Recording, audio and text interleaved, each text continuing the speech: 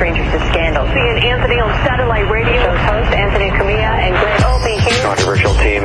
Comments, profanity linked to Opie and Anthony. Opie and Anthony apologizing for yet another raunchy gag. Opie and Anthony show. Opie and Anthony. Is this the last straw for the raunchy radio duo?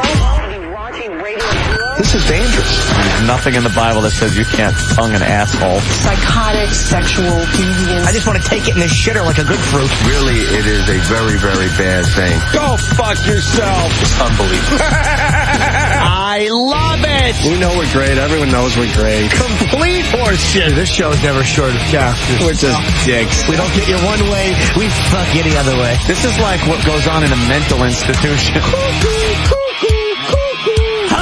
I'm the Opie and Anthony virus, and I'm here to infect you with hilarity. But enough of this palaver. Let's get the show on the road. Good morning. Welcome to the Opie and Anthony show. Hello. That's how we start. We got a real busy effing day, man. We got Bill Burr calling in. We got Ian Halpern coming in today to talk about Brad and Angelina. Oh, what's happening with them? A book. A tell-all book. And he's the character. Is there a big thing? Is there a lot to tell with them? You better tell us something today.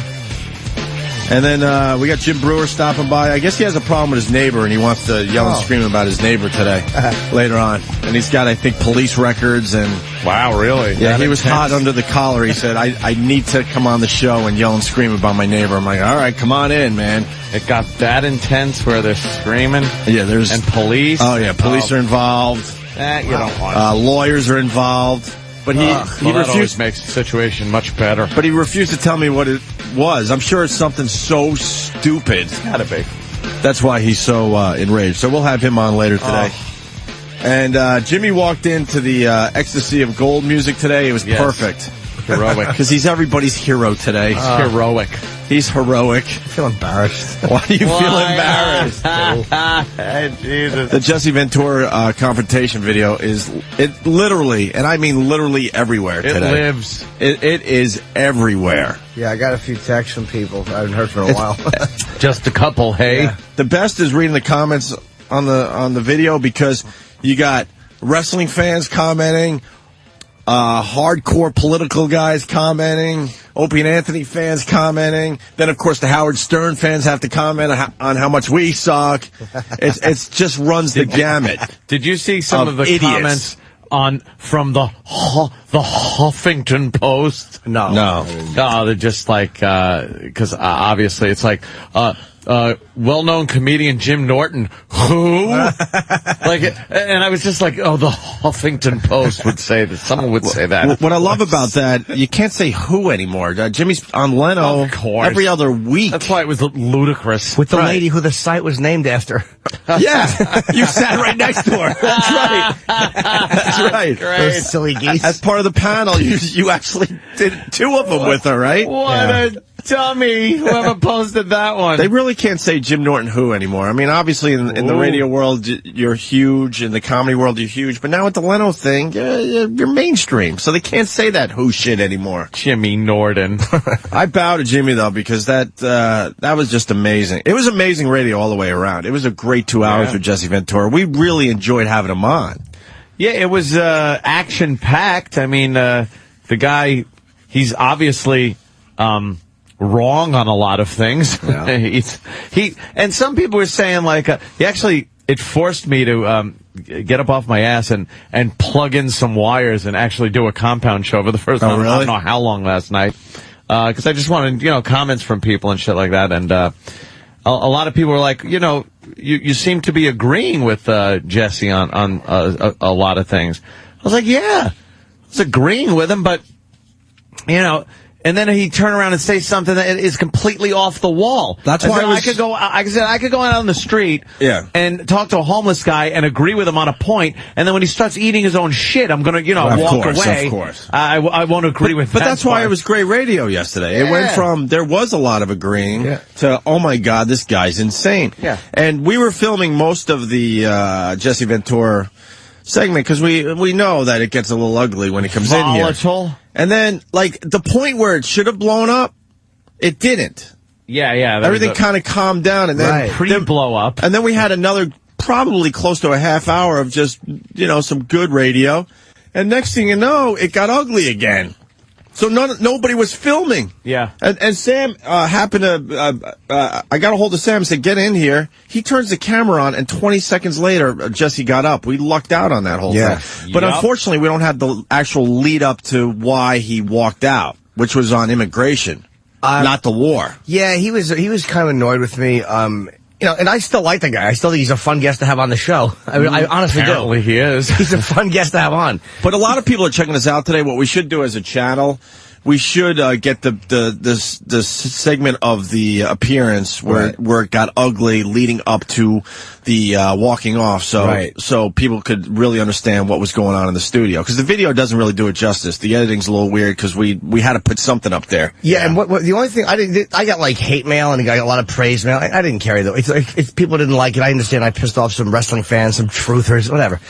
But truthers. But people that thought it was like a tough guy thing. It was like what people don't see is when we're arguing, he can be a very confrontational guy without even can be. But you know what I'm saying? It's like people persona couldn't see like when he was pushing the microphone away and sitting there kind of quietly, like when we were disagreeing with him, and then I made a point to him that was kind of I thought rational and just defending why I would be for sending troops into battle, and he knocked the microphone out of the way and he refused to talk, and it's like.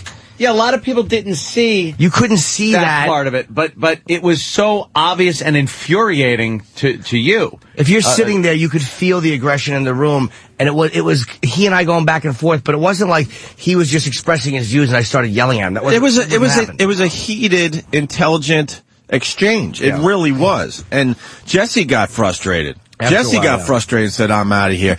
And when he said, what was his statement? I got fucking place. They're telling me I got fucking places to go or whatever. I don't know what the exact quote is. He had nowhere to go. He admitted on our show he had another 2 hours. Dude, he said it like right before that. Because I thought he had to leave, so I go, okay, we gotta like wrap up, get the plug in for Jesse's show. He goes, tell you the truth, something canceled, so I have nowhere to go for the next 2 hours. Oh, Geraldo, right. So we went another half hour. Next thing you know, he gets up, and then we're like, where are you going? He's like, I have fucking places to go, asshole, or whatever the quote was. Yeah, he pushed the mic. People could only maybe see this at the end. He pushed the mic away.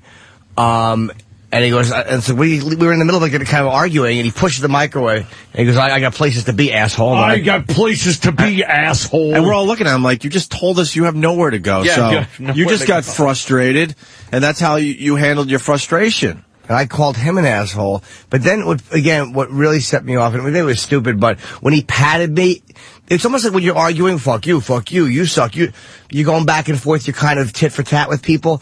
And then when somebody touches you, even if it's like, okay, now what do I do? Do I get and pat him back and get physical? No.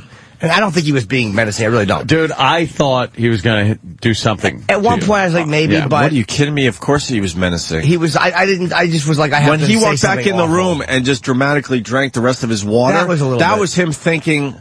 Wow, I want to hit this guy. Yeah. Should I hit this guy? Maybe I should not hit this guy. Yeah. This could be a problem. But it all went through his mind as he's finishing his water. And then he walked back in a second time, and that's when we got the close-up of his face. He was out of his mind. Yeah, he was pretty livid. Why was he so out of his mind? I don't know. I don't think he likes me too much. He and I have argued before, and he's pushed the mic away before. What is it about you that he doesn't like? Because I'm fuck. Jimmy gets under everyone's skin. Because Let's be honest with each impish. other. I'm the type. I think what it is he hates fighting with such a pixie. It's just like some guys are good. We teased Mooney about it, but some guys are really okay with making statements and first things, but they don't like to be called out. Like I did Pete Dominic's show yesterday, who I like. POTUS. He's a liberal lunatic. And everything I said, he goes, well, wait a minute. And he would stop and want you to explain everything, because he's an argumentative little prick. And I say that affectionately. But I don't mind explaining myself. Right. I don't mind explaining my view. I don't get angry if somebody wants me to clarify. It was just amazing. Let's go to Tim in Cleveland. Tim. Yeah. Morning, boys. Hi. Morning, Tim. My favorite part of that interview yesterday was when Jimmy was arguing back and forth, and he goes, "You're getting all worked up because you used the F word." Oh. The F word. I was dying. Yeah, you used the F word. Yeah. Yeah, there I'm was just using the language you used. Punch it out, boy. Thank you. All I right. felt the only thing I felt bad about after it was that like I was very angry when he left. that you made fun of his hair. No, because that was a response to I'm joking, man. No, that was one thing I didn't feel That's bad a about. line for the ages. If he didn't, I would never would have said something that rude if the guy didn't touch me first. But that was my way of equaling Yes. that. It's like, what am I gonna do again? Get up and pat the guy back? That's physical. I actually got.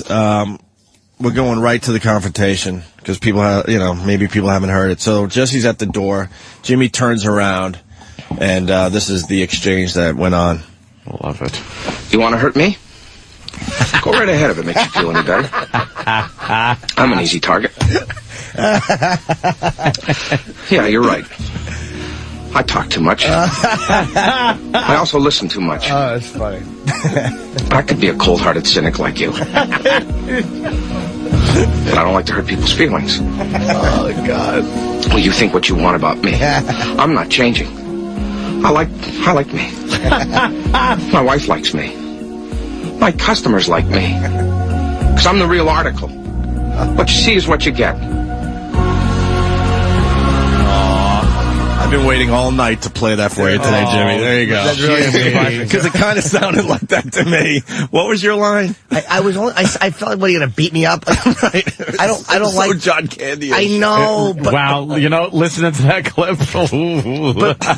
but if it was like I don't like to be menaced by somebody. It annoys God me. bless you, man. It's not a tough guy thing. I'm not a. I don't like but to fight. a lot of people that are listening to us right now, they've been in a situation where a big animal's in their face, and you stood up to the big animal in the end. It's almost like if you're fighting with somebody, right? If we're having an argument, or me and Danny, guys of equal size, are having an argument. I don't like when I'm this size and you're this size becomes the X factor. Like, well, that's the final thing in the bag. It shouldn't come into the. You argue with Patrice, and as miserable as he can be and as loud as he can be, you never get that vibe from him.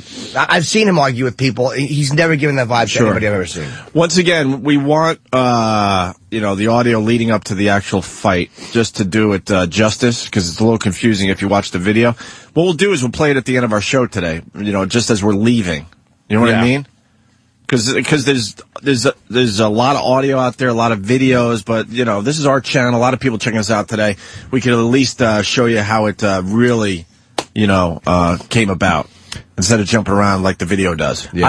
I've started right at that immigration thing. I believe would be the spot. Yes, Andy. I've seen Jesse in a lot of interviews over the years. I mean, Jesus, the guy's done interviews forever, and he's never been challenged like that.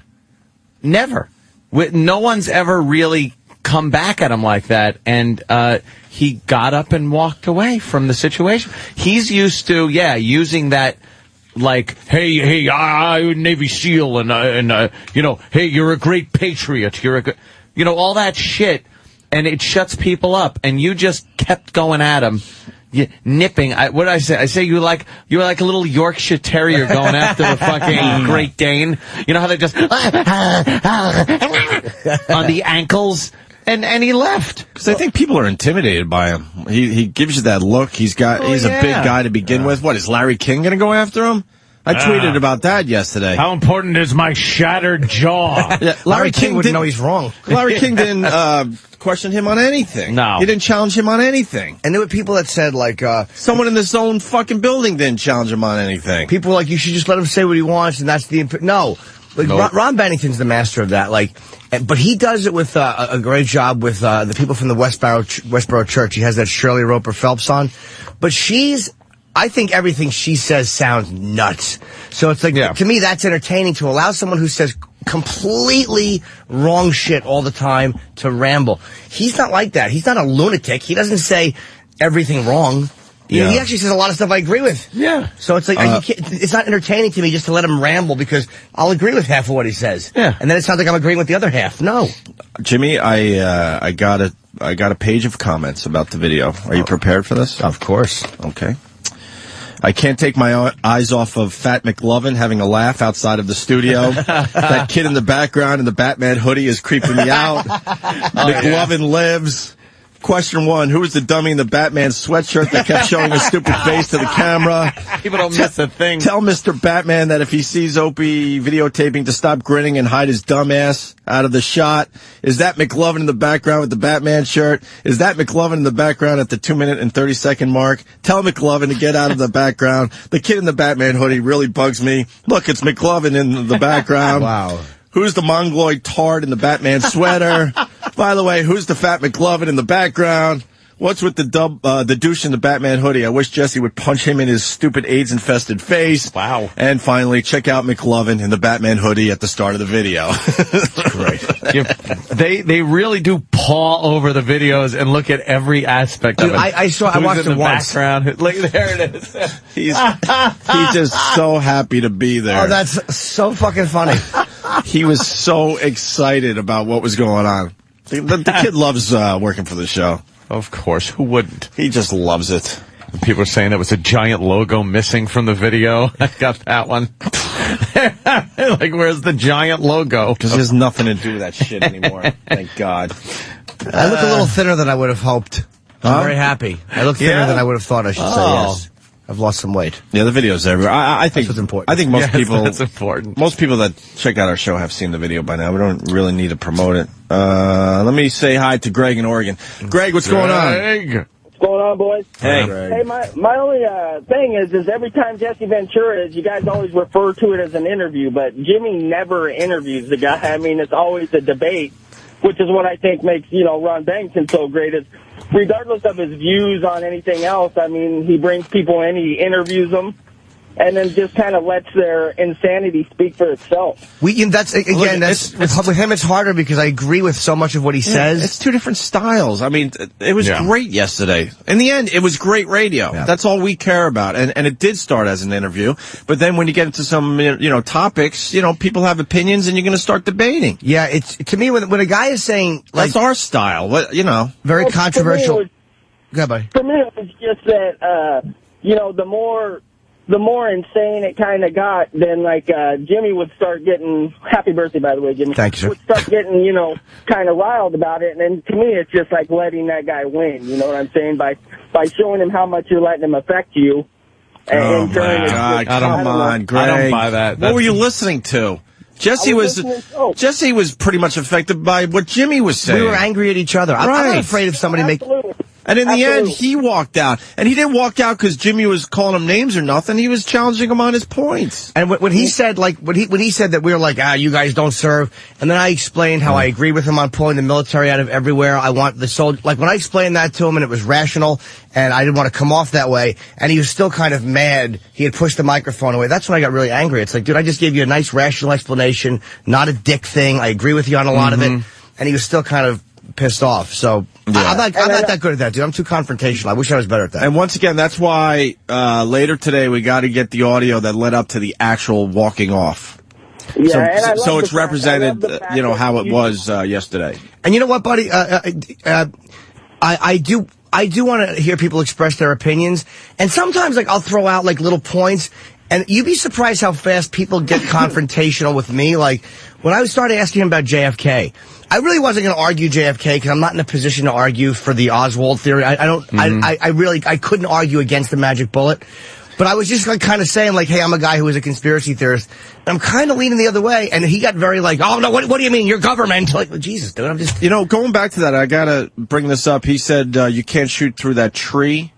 Yeah. Now, someone out there would know better than I. Yeah, that's back in '63 was that tree as tall, and they trimmed it down over the years, and it grew back. I mean, how big was the tree in 1963? Have you seen it? I have seen the tree. Well, well, of course you have. I went to Dealey Plaza with my brothers about 4 or 5 years ago. Oh, did you? And I actually sat where Oswald supposedly sat. And yeah, there is a massive tree in the way now. Let me just push my mic. Lean back and laugh at you. But that tree's been growing for 30 some odd years at the time I went, close to 40 years probably. So how big was the tree back in '63? I think it was still a decent size, but I believe the shots were made from it. And it was like when I was saying but there were people, there was a photographer an AP photographer who saw Oswald or somebody in that window. Yeah. And then there was people on the floor below him who heard these shell casings hitting. And I'm saying that, and these are testimony from real people that a lot of the conspiracy guys have kind of looked over. And instead of going, oh, all right, well, I'm not sure what that means. They could hear shell casings falling on the... Yeah, it's like, dude, how do I have like an intelligent chat with somebody? I wasn't even being confrontational. I was just saying, like, and you these are can things hear, that made me question. I got a neighbor upstairs from me. It's wood floors. I hear when the pins drop. Yeah. Some kind of a pin or something is dropping every day. Yeah. And you could tell it's some kind of pin thing. And here's another thing that never really got hashed out at that moment because it got so emotional right away with him being, confrontational. It wasn't like somebody was on the floor below going, I believe I hear shell casings hitting the floor. Right. It was after the fact when they were being questioned, and they said, yes, I did hear a sound like shell casings hitting the floor. When you're questioned about something like that, it could have been anything at the time. Change, someone dropping a quarter on the floor or some shit like that. But when you find out the president was shot from the window above, then you start thinking, wow, maybe that was shell casing. Sure. And they said they heard shots coming from above them. I mean, it was just like a lot of the stuff like that. And it was just like, again, I'm not prepared to argue that point completely through, but it was just a point I was making, like, it's kind of made me question, but there's no having that chat. No, he just sits back and laughs at you. But he'll just laugh at that's one of those saying. arguments, though. There's never going to be a winner unless the government comes out and goes, here you go, this is what happened. And then because the whole thing is, I was telling Jimmy the other day, it's so watered down at this point. Because all these theories are thrown in the mix, and you don't know what's real and fake anymore. Yep. But the shot has not been reenacted from that window, but it's been reenacted multiple times from other locations with the same, as close to the parameters as they can make. And the House Select Committee on Assassinations, which originally said they believed there was a conspiracy, then they re-questioned the audio years later. They go, that's not what it was. Now they don't think it was. You know what I finally believe on that whole thing? The first shot misses completely. Yes. The second shot hits It's James taking the cheek. Hits Kennedy in the back and does whatever it does as it tears through him. And the third shot is that amazing headshot. Mm-hmm. You ever see somebody full court just heave a basketball and it goes right in the basket? Mm-hmm. Could that have you ever just had a lucky shot? Well, that could have just been like, oh my God, I got one shot left. I hope I go. Holy shit, his head is gone. Like, that might have just been a lucky, and everybody pondering over it, like, could he get 3 shots off? Could he do this? Could you aim? Could you?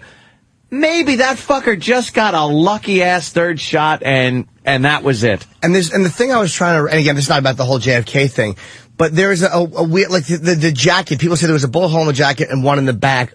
Higher. They were at the wrong level. His jacket was bunched up because of the type of seat he was sitting on. And watch when he grabbed his throat. Seat. Yeah, he grabbed his also throat. had a weird, not a girdle. What's another thing? A corset. Yeah. Which he wore because he had a bad back, which is one reason that they think he didn't fall Fucking over. Maryland. Of course. Yeah. Like, ow, my aching back, that bitch. He had a horrible back. They think that's one reason he just kind of sat there as opposed to being able just to lean over. Yeah.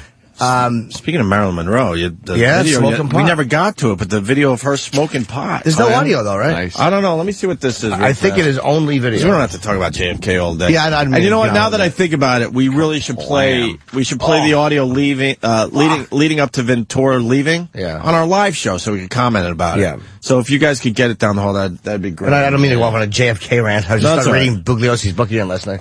Bugliosi. He's got a name that sounds like that. I am Bugliosi. Or his name is Gliosi and he didn't do it well. Here's the Marilyn Monroe pot thing. I don't know what it is. Let's see. A home movie showing a relaxed Marilyn Monroe apparently smoking marijuana has surfaced, retrieved from an attic some 50 years after it was filmed. The footage, taken at a private home in New Jersey, was recently purchased by a collector for $275,000 from the person who shot it. That's no surprise. Everyone smokes pot and fucks. Yep. Yeah. So, no matter what era you lived in. She looks pretty there, too. Well, you want props, Jimmy? I mean, they're all I can take them or people who didn't like it. I don't all right, well, let's start with Jesse either. Ventura. He wants to apologize to you. Okay. Oh, my God. Jesse! Good morning, gentlemen. Good morning, Jesse. I just wanted to call and apologize for my abrupt departure yesterday and say to Mr. Norden, I do believe you are an actual patriot, Jimmy. I just obviously had some disagreements with what you were saying to me yesterday and in the manner in which you said it to me. Well, I felt the same way, Governor, and let me apologize as well. I will say that, I may not be a veteran, but, the only thing I can say is I did go into a war zone for free to perform for a week.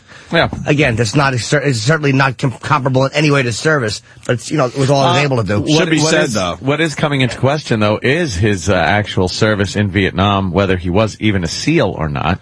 Well, I think, wasn't he something that isn't quite classified as a SEAL, but they later became the SEALs? What used to be called a frogman, underwater demolition. Yeah, from what I was reading, he was on something called the UDT, which is the Underwater Demolition Team, and it was a precursor to the SEALs. Right. So he wasn't actually a Navy SEAL. He was what the SEAls were before they were called SEAls. Really? No, there were SEAls back then also. They combined the two.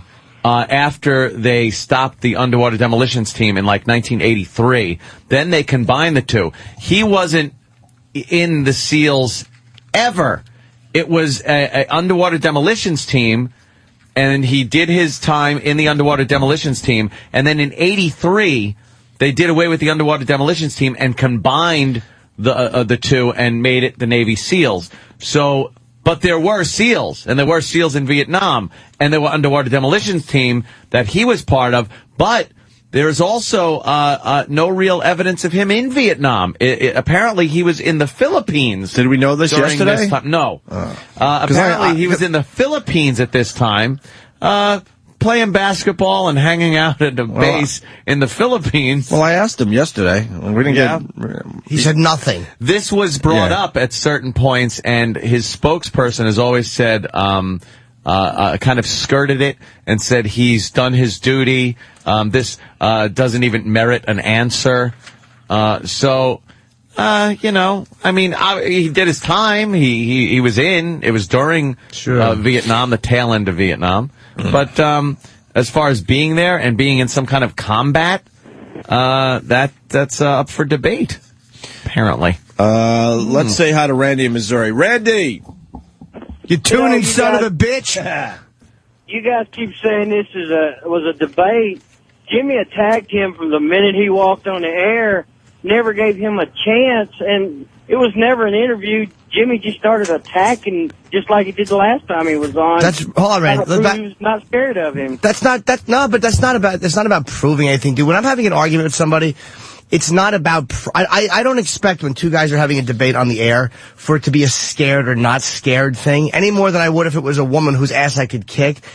You have to realize, this guy says... That's what it came off as, though. Well, Brad, I'm telling you what it was. I'm the guy. If it came off like that, you misinterpreted it because that's not what it was. I'm explaining to you what it was. I'm the person. I'm the guy. And you're saying it sounded like that. I'm going, well, that's not what it was.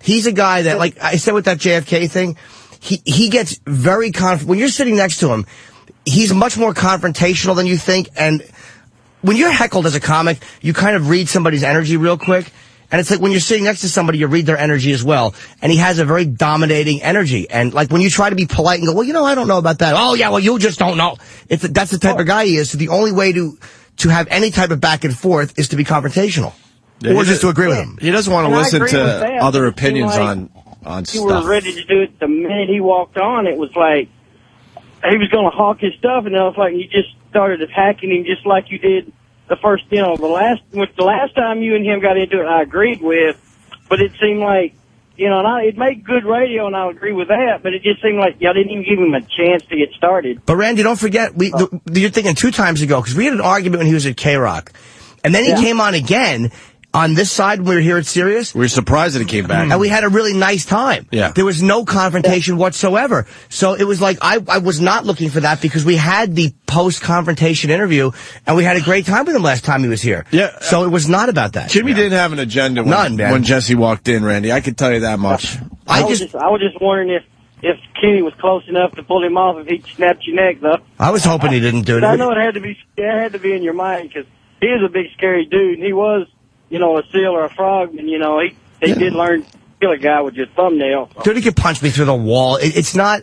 I had no agenda with the guy. I don't dislike Ventura. If he was on today, I'd still talk to him. He probably dislikes me a lot more than I dislike him. I don't care. We had an argument. With 2 guys who had an argument. I hope he comes back someday. It's very hard to get a word in edgewise with Jesse Ventura. It really is. And then when you do, he just blows it off, sits back, laughs at you, asks you questions that you could turn around and ask him the same thing. Like, 9/11, well, were you there?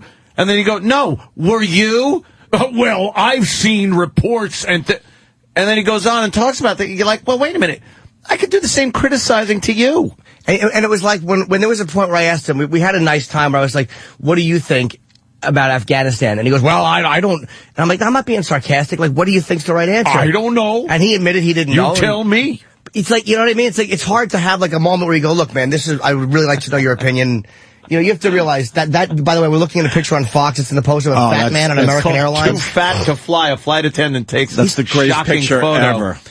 Dude, ever. That motherfucker, there's a guy sitting, it's half the seat. He is in the aisle. Half his big fat body is in the aisle, just fucking everybody's day up. The fact that they would not call that out. That's why you have to love Southwest Airlines. That guy should be forced to pay for 2 seats. Of course he should. Look at the poor guy next to him. What? He expects the airline to give him a seat that's big enough for his fat ass? Everybody next to him. How about the person that has to get out like in the other aisle? He would barely fit in 2 seats. He's actually hanging purposefully away. If you look at the guy next to him. No, he's shoulder to shoulder with the guy, which means that his entire left cheek is in the... He's taking up all the seat. In the aisle. Why would you... I understand fat people have to fly, but why wouldn't you, if you're that obese, understand that your addiction is affecting other people and you have to take the hit for it? You now you need 2 seats now. Jesus. You need 2 seats. He's in the aisle. That has to be... That's a safety concern right there, by the way. If you had a fucking carry-on bag and you put it next to your seat in the aisle...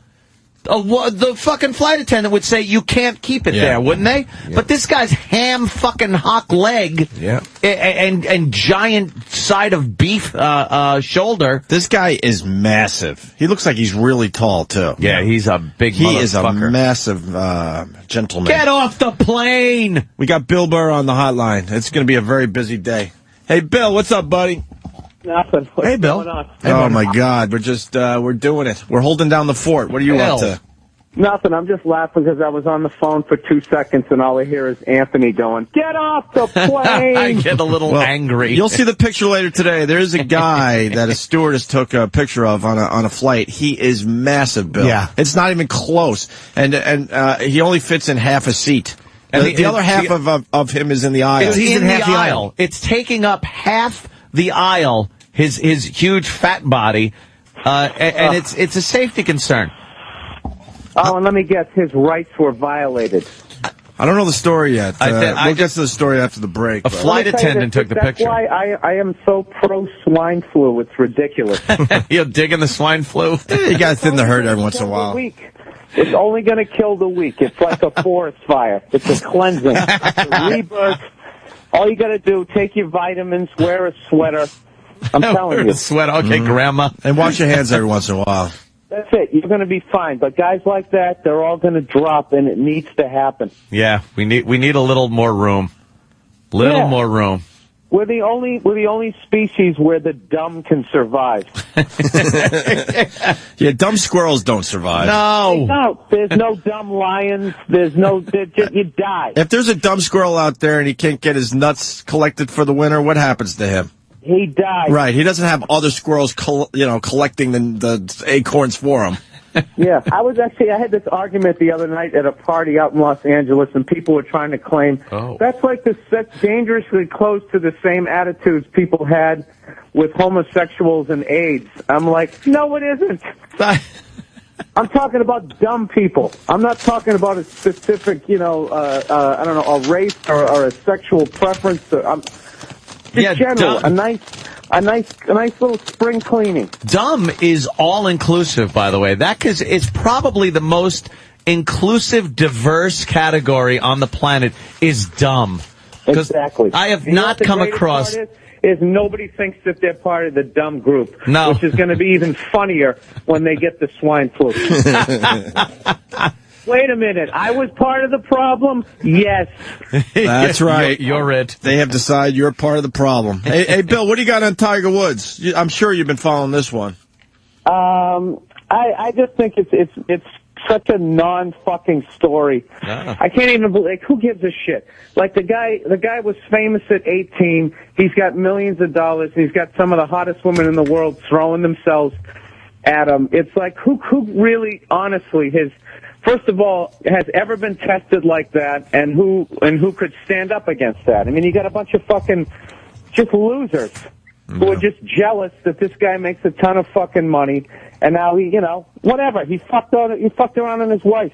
I disagree, Bill. He owes me an explanation. As a golf fan, I need to know. Did you see that He's little a hero. I agree. You see that pussy on Entertainment Tonight? Oh, what an asshole. What was he on? The Insider, right? The Insider, whatever. It was the Insider. You're right, Jimmy. He's a role model.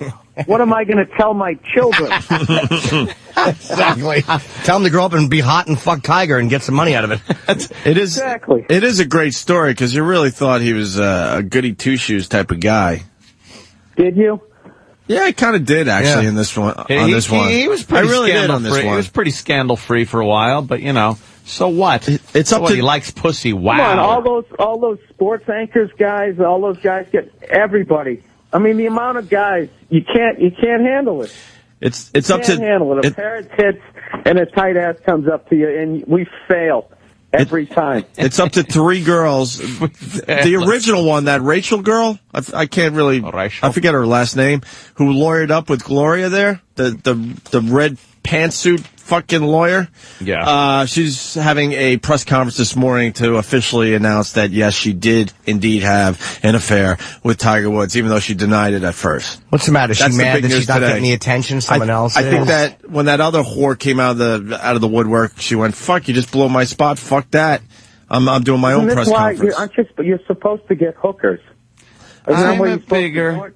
Yeah, well, we were talking about that yesterday, and apparently Elliot Spitzer kind of fucked that whole thing up because you look at that and go, well, he got hookers, and look what happened there. What happened to the old school broad who would just keep her mouth shut? Yep. That's what you need.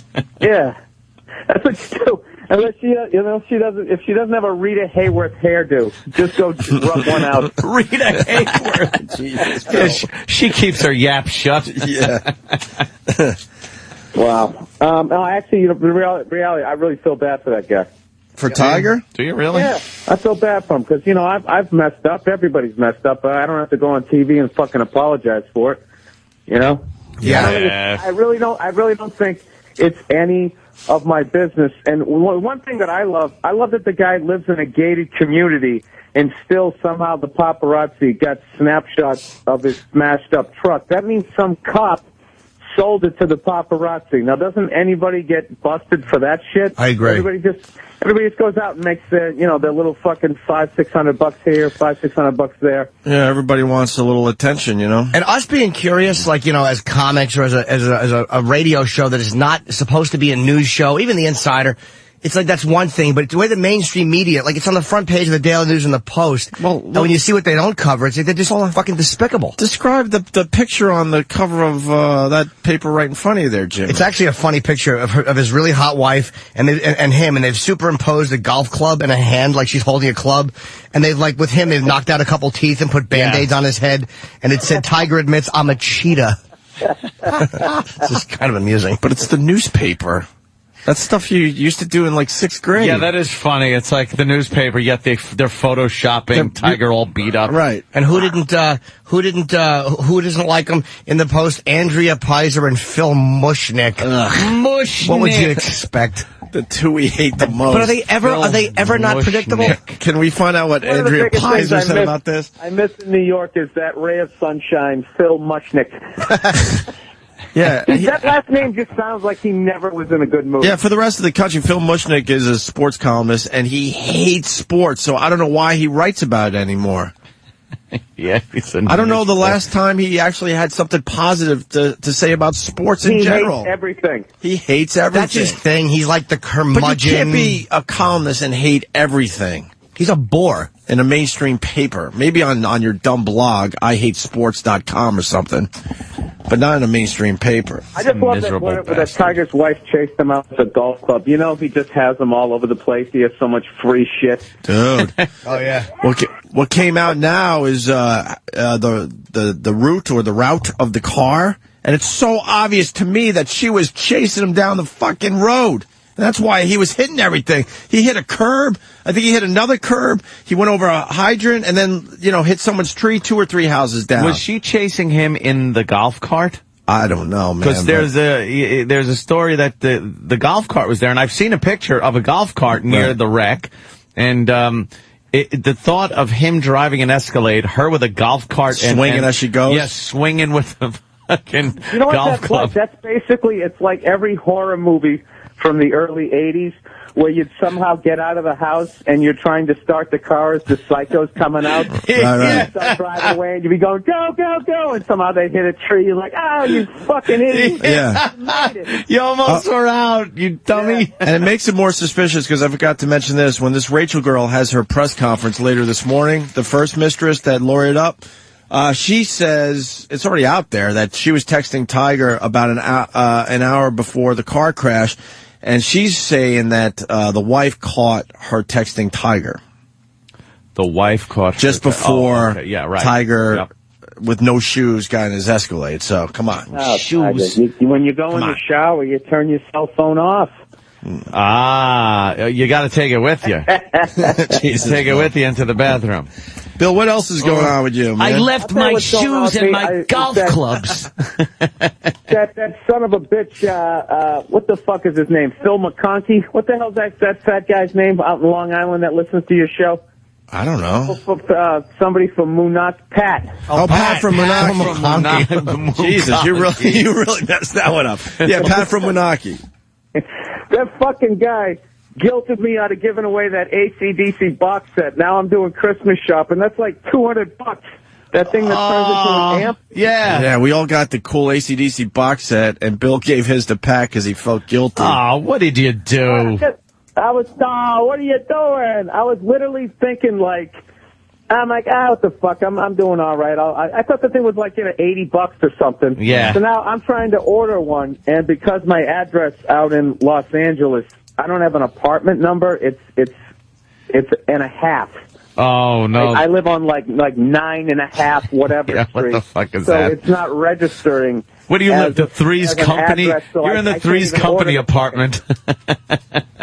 Oh man, what was he like? Oh, hey, thanks a lot, Bill. Oh, that's nice of you. Thanks. He's probably living in it now. Yeah, of course. He says, I'm reading it too. He goes, sounds great. Yeah, he's loving it, Bill. Bill, it just sucks to be a nice guy sometimes. I know. See, that's what I get for being a nice guy. It seems easy just to be an asshole all the time. Bill, it's like and my then you get to keep your stuff. It's like the name of my CD. Nice guys finish last. Oh, well. That's my new CD where I just beat everybody up so I can finish first. I just realized I'm supposed to be hyping my gig out here in Cleveland, Ohio at Hilarities starting tonight through Saturday. You're at Hilarities? I see that. Tonight, tomorrow, and Saturday. Hilarities in Cleveland, Ohio. Oh, my God. People should definitely see Bill Burr. I didn't know you were going to be in Cleveland. Another phenomenal name for a comedy club. Yep. As I'm always. at Wackos in... Wackos. And then the following week, it's the Punchline in Sacramento. That is it. But let's pump up the Hilarities gig in Cleveland, Ohio. Bill Burr tonight, tomorrow, and Saturday. That is what I'm trying to do. Another thing about that AC/DC thing is you can't buy it in stores, and you can only buy it off of one website, and it will not recognize my address. And the amount of times that I have cursed fucking Phil McConkey out there in Long Island is I don't know. He's in Moonachie, New Jersey.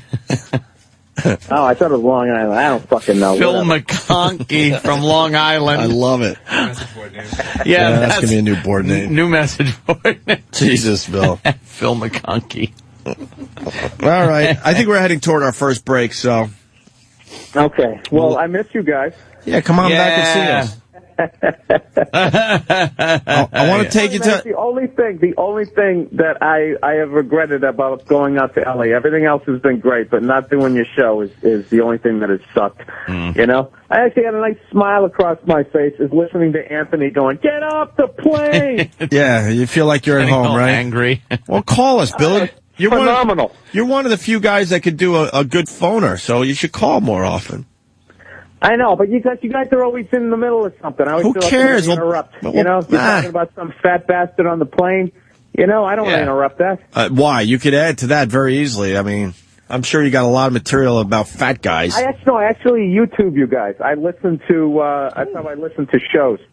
Is whatever, like people put like your greatest stuff up on YouTube and shit. Then we look fantastic because it's only the great stuff that we do. Well, that's the way that's how everybody does it. Of course, Zeppelin only put out their great stuff. Yes, I'm sure they had some clunkers, bunch of shite when they were fooling around trying to find that gold. Yeah, I listen to the highlights. Hey, Bill, you see? My coat. Did you see that NHL highlight with what's his name hitting his own goalie? Oh, I know. You know what I couldn't understand is the amount of people who were going, and then he whacks his stick again, and he skates away. I mean, I don't understand, because he didn't realize he did it. No. Yeah, he didn't realize he smacked his goalie's ear off. Because hockey fans know, I have seen that a million times. Someone gets frustrated, they take their stick and they slam it down on the goalpost. Yeah, he should have come across over like the crossbar. Yeah. It's fucking hilarious, though. I like how the guy went down like he got shot. Evidently, he really did. But he did. I think he didn't want to play that night. He's like, yeah. Oh, my ear. That was bloody though, man. That's one of the better freaking highlights in many years. Yeah. You know who I like? I like how Ovechkin is still kind of, even though he's a goal scorer, he's still kind of, he likes the physical contact. I don't understand like that knee on knee hit. Why, because I know he didn't do it on purpose, but why did dirty players, why would you go for a knee-on-knee hit where you could obviously blow your own knee out? Yeah, of course. Is it because you're ready for it? They got to keep the fighting in the game. They're trying to just stop. Let these guys fight. It's great. I go to a lot of hockey games, and when they start fighting, the little kids jump up. They're so into it. Was the goalie Marvin Nash? They're saying he was named Marvin Nash. I'm fucking depressed. They took my fucking ear. Marvin Nash. You know what? Hey, Jimmy, I got both today and tomorrow. I have to do the local TV station. Oh. Is there anything worse than that? It sells no tickets, and no then also one... means you're talking to soccer moms at like 10 in the morning for 5 minutes. Yeah, it's so horrible, dude. But you got to do it. But I've done local TV. I've never had anyone say, "Hey, I saw you on News 3. You were terrific." It's Why never do you happened. have to do it then if it gets you nothing? I don't know. I have no idea, and there's always something. You know what I love? Whenever you go to those morning, news shows, there's always this sexual tension in the air that at least 3 people are somehow fucking around with each other. Shit. That is the truth. You're absolutely they probably right. are. Holy shit, who is this girl? Oh, my God. Oh, my God. Oh, my God. Jesus Christ. Sorry, Bill. There's a very chesty girl on TV. On Channel 11 who is really cute. And look at the tits. What the fuck is going on with the news? It's porno. The news is porno. They're competing with the internet. That's how they should do the Tiger Woods show. They should show 12 pictures of women that hot, and then just be like, this is what happens to Tiger on every hole as he's shooting. Yeah, exactly. She's part of the Jets flight crew.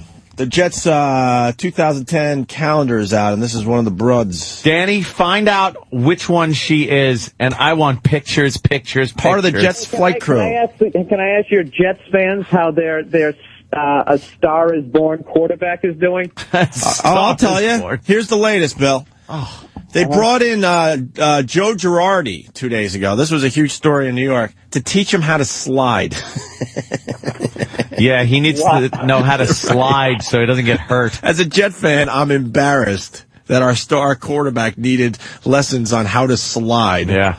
And Joe Girardi... I love the New York Post, dude. The guy wins his first game. He beats the Texans, and they're like, a star is born. Yeah, one game. There you go. He beat the Texans. You know what? Sanchez is going to be just fine in the end. You know that. But, I mean, to teach him how to slide, Joe Girardi came to the stadium with between 12 and 15 different slides to teach Mark Sanchez, and they had a press conference about it. Did they teach him the head first, with Pete Rose? with the fucking arms out in front, Right. the one that'll just bust his arms up? How embarrassing was that? Was the rest of the team practicing like 10 feet away? Yeah, there you go. Just laughing at him. Wow, that website picture does him no justice. Yeah. So that's Come on, Mark Slime. Yeah, I think he's going to be eventually. He's going to grow into the game. I just love how. I just find New York sports writers to be unbelievably lazy. So they build shit up to this unbelievable level of hype.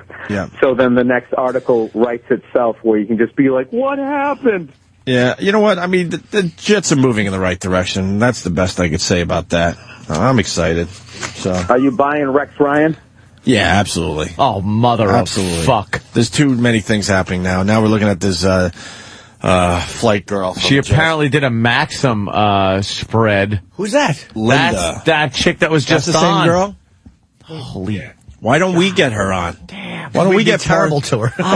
Why don't we get part of the Jets flight crew in here? She could say everything Jesse said, and we'd be like, yeah.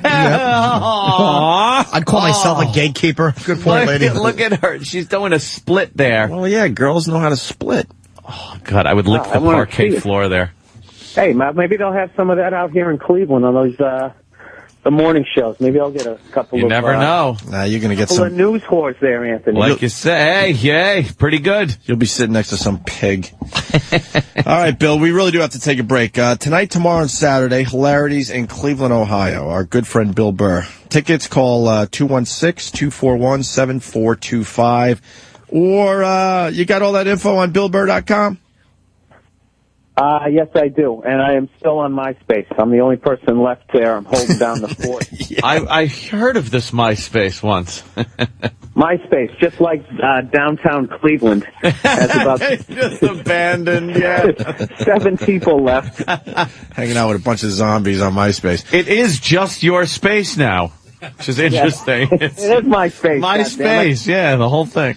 Fuck, we got to move right into Ian Halpern. He's here already. Holy shit. Bill, we really got to go. We're so busy today. Okay. All right. I'll talk to you guys. Take it easy, Jimmy. Bye, buddy. Take it easy, Bill. All right, good gig. Call us soon, Bill. Bill Burr, everyone. The great Bill Burr. Yeah, he is. Quick break. We'll get Ian Halpern in here, and we're going to play the audio that led up to Jesse walking out, just so it's represented properly on our own show today. And Jim Brewer stopping by. It's just too much today. More Tiger Wood updates. Just stay there. God. Opie and Anthony. I hate Windows. Terrible. I just despise anything running Windows. It's a piece of shit. Yep. Now when I type on it, I got this. The good thing about like netbooks these days, you know, these little netbooks now, they're just very little computers that are just used for simple shit, online stuff on the net, hence netbook. Well, my last one just took a crap. It won't boot, so I just threw it in my bag, and it's like spare tire. You just pull out another one. And this one is a newer one with Windows 7 on it. Ooh, Windows 7. Apparently, when I type on it, it crashes the program. I can't type on it. You're not supposed to be able to. Oh, is that a part of one of the features? All copy-paste. Of Windows 7 that you're not supposed to be able to type on it? Get a MacBook Pro 13-inch, a small one. It doesn't run PT. Well, then Paltalk stinks. Tell them to stop not working on Macs, which everyone's getting. And I know it does run it, but it doesn't run it the way it's supposed to, although this isn't either. But, you know, yeah. Hey, Paltalk, douchebags. We've had a relationship for how fucking long? Mac! That's why I'm not on Paltalk anymore. I be promoted all the time. We have to get our guests. Yeah, we're going to get him in a second here, so. Just sucks an ass, though. Again, Vista, and then Windows 7, and they try to come out and make it sound great. You ever sit there and watch an operating system from Windows boot up? How fucking long it takes? Or shut down? My goddamn MacBook, I turn that thing on, bitch is rolling in seconds. Yes, Daniel? I'm here on a website, and they're bragging about how Windows 7 boasts a sub 30-second boot time. Like, that's something to be be proud of. My XP can do that. Yeah. So why are we now? So now we're saying, so now we've gotten the speed back to where it was for XP, and everybody's supposed to be happy about that. And that was after the Vista disaster, and then now Windows 7. Why can't they just figure out how Mac does it? How is Mac able to start up and shut down that quickly? You ever sit there in front of a Windows computer after you hit shut down and just watch it shutting down? Just shut up. Just pull the goddamn plug up. Just shut the fuck down. Or start the fuck up. You're the Whopper. All right, we got to get Ian Halpern in. Yes. He's got a new book out called Brangelina. Brangelina. We had a great time with him last time he was in when he was promoting his Michael Jackson book. He was a lunatic last time he was in here. And he looks like a lunatic today. Hi, Ian. You're very flashy, Ian. Hello. Where does one buy a jacket like that, Ian? That's cool. That looks like polished aircraft aluminum. Baby. It does. You know, like propellers used to have that same pattern on them. Looks like that Michael Jackson book did well for you. That's pretty good. You've upgraded your wardrobe there, my Over 1 friend. million copies sold. It's all because of this show. Really, I want. Oh, well, we know that. No, Yeah. really, I want to thank you guys from the bottom of my. I love Michael Jackson. I love this guy, man. This Jimmy guy, Norton? No, really. You like I've Jimmy been Norton? telling everyone. I was telling people in Norway. This is the only motherfucker I've met in radio who, whoa, I say, this guy knows his shit inside out. Like, and I love the fact yesterday about Ventura. If I was here with Ventura, Why don't you talk into him, I would Mike? have slammed Please. him right over this table. I have shit on Jesse Ventura that would make your penises go through this ceiling. man. Really? Like, I'm not kidding you, because I used to cover the wrestling scene. Yeah? And these guys used to have hoes waiting for them right outside the arena. And I don't care, governor or whatever he calls himself, but I got to take my hat off to this guy for body slamming Ventura yesterday because really, that guy's gotten away with being the biggest dope in America. Yeah, I don't remember him being such an ass during his governorship, though. I don't remember him being such a, he didn't deliver speeches and just start talking about the towers or thermite paint and stuff like that. He seemed to be a governor. He governed, and then, you know, he does these interviews now, and you're like, this guy's a lunatic. But I got to tell you something. Yes, sir. I was in Norway. I haven't been to my house since this show. Maybe 2 nights. I've been on the road. Look, I just put out another one. I've been holed up in hotels, but I was in Norway, and I was doing a signing, and some hot chick comes up to me and says, hey, I saw that YouTube video with Opie and Anthony. Said, that was good radio. Look, I said, those guys, man, they made the book. I mean, that video. You're really saying that today. No, really. I thank you guys. All right. And I work hard on my shit. You know, people are attacking me, but hey, if they could do better than me, I'll bow down to them. And I'll tell you guys one thing. I started working on this book before I started working on Jackson. I met Mr. Pitt on the red carpet at Ocean's 12. And if you could find one motherfucking error in this book, I will sleep naked in this studio for a month. Oh, we can't wait. No, really. God, really. please find something I wrong. hope it's something small, like he says Tuesday, but it was really a Wednesday. For a month. Hey, but before we get into the Brangelina book, let's go back to the Michael Jackson book, because when you came in here, people were like, this guy's out of his fucking mind, but it turned out most of the stuff you said in the book Look, turned out to be true. Look, I am a bit out of my mind for doing this shit because people want to kill me. People want, you know, I need bulletproof vests wherever I go. Well, you're wearing one of them today. No, this is a giant condom just in case Angie comes on to me. You know, you know, I have some good stories about her, but really, all kidding aside, Jackson, I'm sad that the man's gone. And, you know, people were telling me when I was working on the book and the film about him, I was the only journalist going around with this guy. They're saying, you're nuts. Jackson's a has-been.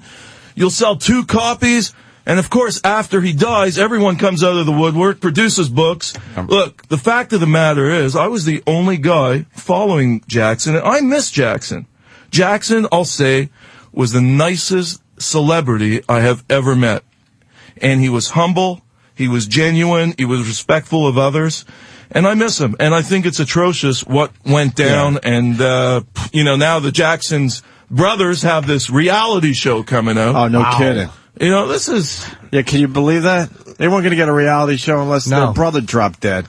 They all suck a dick. You're topical, though. I'll say that, though. Yeah. Michael, where after he died and then this right now. Did the Jackson family go after you? No, they know, you know, what's there to go after? Okay. I think they really, some of the family members have told me they actually liked the book because it vindicated Michael of a lot of the allegations. And one more thing before we move on to the new book. Any updates on Michael Jackson that you're willing to tell us today? Well, I do say this. There haven't been any charges filed yet. But look at Anna Nicole Smith. It took 1.5 years, And I admire the investigation LAPD is doing till now because they're not being presumptuous. And I think at the end of the day, you will see multiple people charged, just like in the Anna Nicole Smith case. And hopefully there's going to be justice because no matter what, Conrad Murray, he administered Diprovan in a residential setting. That's illegal right away. No matter what, he's got to be charged. And then there's a slew of other people who've got to face the music as well. Look, Jackson's irreplaceable. I'm really saddened by what's gone down. And the fact that so many of these vultures, when I predicted 6 months to the day that he'd die, they should have taken me seriously, not book him 50 shows, and put him in a proper hospital, get him the right help. It was just look, I'm not Nostradamus here, but two people in Jackson's... Nostradamus, what happened? But no, really, like, two people, they used me to get the story out that things weren't kosher around Michael Jackson, and that, people were trying to loot him out of his estate, and that he needed help. He shouldn't be launching a comeback. Instead, what do they do? After my claims come out, make world headlines, they book him 50 shows. And that was atrocious. If they would have listened to me, Jackson would be alive today. Whoa. That's absolutely. A bold statement. No, really. Absolutely. He would have got proper medical attention. I spent a few weekends ago, the whole weekend with his cook. I used to date Jackson's cook. That's how I got you had a cook. Oh, yeah, she's hot, by the way. No, Jackson. it almost sounded like you dated Jackson. And then you said Jackson's cook. Jackson, he's not my type. But his cook, she's hot, man. She's, You still dating her? No, we're very intimate friends. Cool. She's got hot boobs, though. I'll tell you that. No implants, nothing. Oh, nice. So how many pages do you have on Tiger Woods, you jackal? You know what? No, seriously. What do you got on Tiger Woods? I got to tell you this. It's a good question. That's a great question because we're really good someone at this. came to me 2 years ago. See, I always have about 4 or 5 projects in development, and usually what's a project? Two like books, movies. Hey, I'm Canadian. I would love you so much more if you didn't have that Canadian accent. We remember that Canadian thing.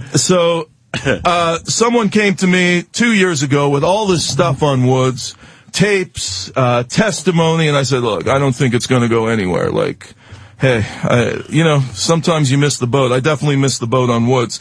And I won't touch it now because as we're being interviewed, there's probably 60 guys pumping out books about Tiger Woods. Look, the guy, man, he has a heart on, plain and simple. And, he likes to chase a lot of pussy. He's in the strip clubs a lot. And, he needs help. Like David Duchovny, he's got to check into that same clinic that Duchovny went to.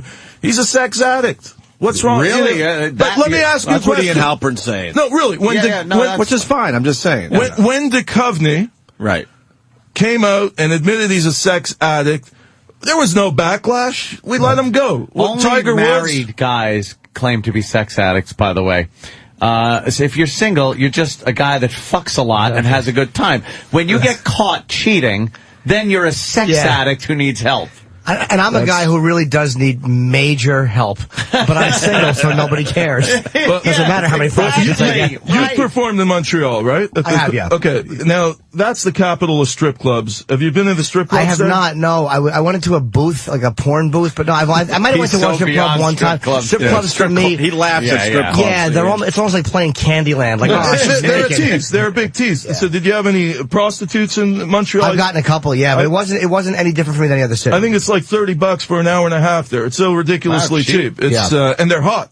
Is that Canadian or American? Canadian. Back when the U.S. dollar, back when there was a better, now it's not as good of a exchange rate. But when there was a better exchange rate, it actually was a lot cheaper to get a blowjob for like what, $8? I bet you. Yeah. It's ridiculously cheap. And were the chicks hot? Yeah, absolutely. Yeah, why don't we know anything about Tiger for the last 2 years? If he's in all these strip clubs and stuff, you would think some pictures would have, kept it quiet. Came out or something. Well, Tiger likes to live a bit under the radar, and he's very guarded, secretive, and people were afraid to touch him, because he's got a lot of lawyers on his side, and but a lot's come out. Look at the house this guy lived in. I mean, you'd think a guy who's a billionaire would live sequestered from the rest of the world. The guy's like living in a housing project almost. No, really. Like, if he would from have the lived 911 call, yes, exactly. No, the aerial shots. It's supposed to be a gated community. Yeah, but there's a lot of houses all around Tiger. all around. I mean, he's got a big, huge house, but then the next big, huge house is right there. 100%. And if he would have been... He's making a really good point. I was shocked by that. If he was living, just incognito and a big estate, this story would have never broken. Yeah. We would have never heard about this. Mm-hmm. And how could you cheat on that chick, man? Well, that's what everybody's saying. But something, pump a couple of kids out, blah, blah, blah. And like you said, he's got a heart on. He's going out there. There's girls throwing themselves at him. He's just a young guy out there having fun. Bill Maher had the best quote. He goes, "You show me the hottest woman in the world, and I'll show you one guy who's tired of fucking her." I think that was Bill Maher's quote, and I'm paraphrasing, but it was a brilliant quote and true. It's like, no matter who she is, there's always one guy who has her. Who's like, she's a fucking beauty, though. She's a pretty girl, but she's a mother now. Still a beauty, though. Hard to. Have you ever been to Sweden? No. See, I was just there. I was on this show called Skavlan, and I refused to go on that show. What's the show about? Help us out. It's the biggest show in Scandinavia. If you go on that show, you can't walk the streets. And I'll tell you, I called them 2 days before the show, and I said, look, I'm just jet lagged out of my mind. I'm not coming. They said, we've never had one person cancel on the show. The guest the week before was Jay-Z. We're putting you on. Are you fucking out of your mind? So I said, okay, maybe I'll come. So I show up in Sweden. And the next day, literally, I cannot walk the streets. The whole country, chicks are throwing themselves at me. Now, the thing with Swedish chicks is this. I can't blame Woods for one thing. They're hot, but there's just more bark to the bite here. They're not kinky. They don't, they're not experimental. I've been with a couple of Swedish chicks over the years, and they're not really sexually progressive. They're just pretty faces who probably have never had to work to turn a guy on. That's right. Because of their beauty, so they're probably ABC. But Kiss, fuck, done. Well, then fuck them. But that's a mistake a lot of women make. They don't do the kink thing. You got to keep the kink going. Absolutely. In a relationship. It's like Angie Jolie, she licks the crack. That's the key. Wow. Really? That's what keeps the guys there. That's some of the revelations we're going to read about? Jesus. Yeah. That's what I want to hear, actually. Have you ever had your crack licked? The question is, when haven't I? I love it. That's the key. Yeah, it really is. If you don't lick how do you find that one If you don't lick the crack, the guys are always looking elsewhere because they're not completely satisfied. That's why she keeps Brad. How'd you find that out? I have good sources on both sides of the camp.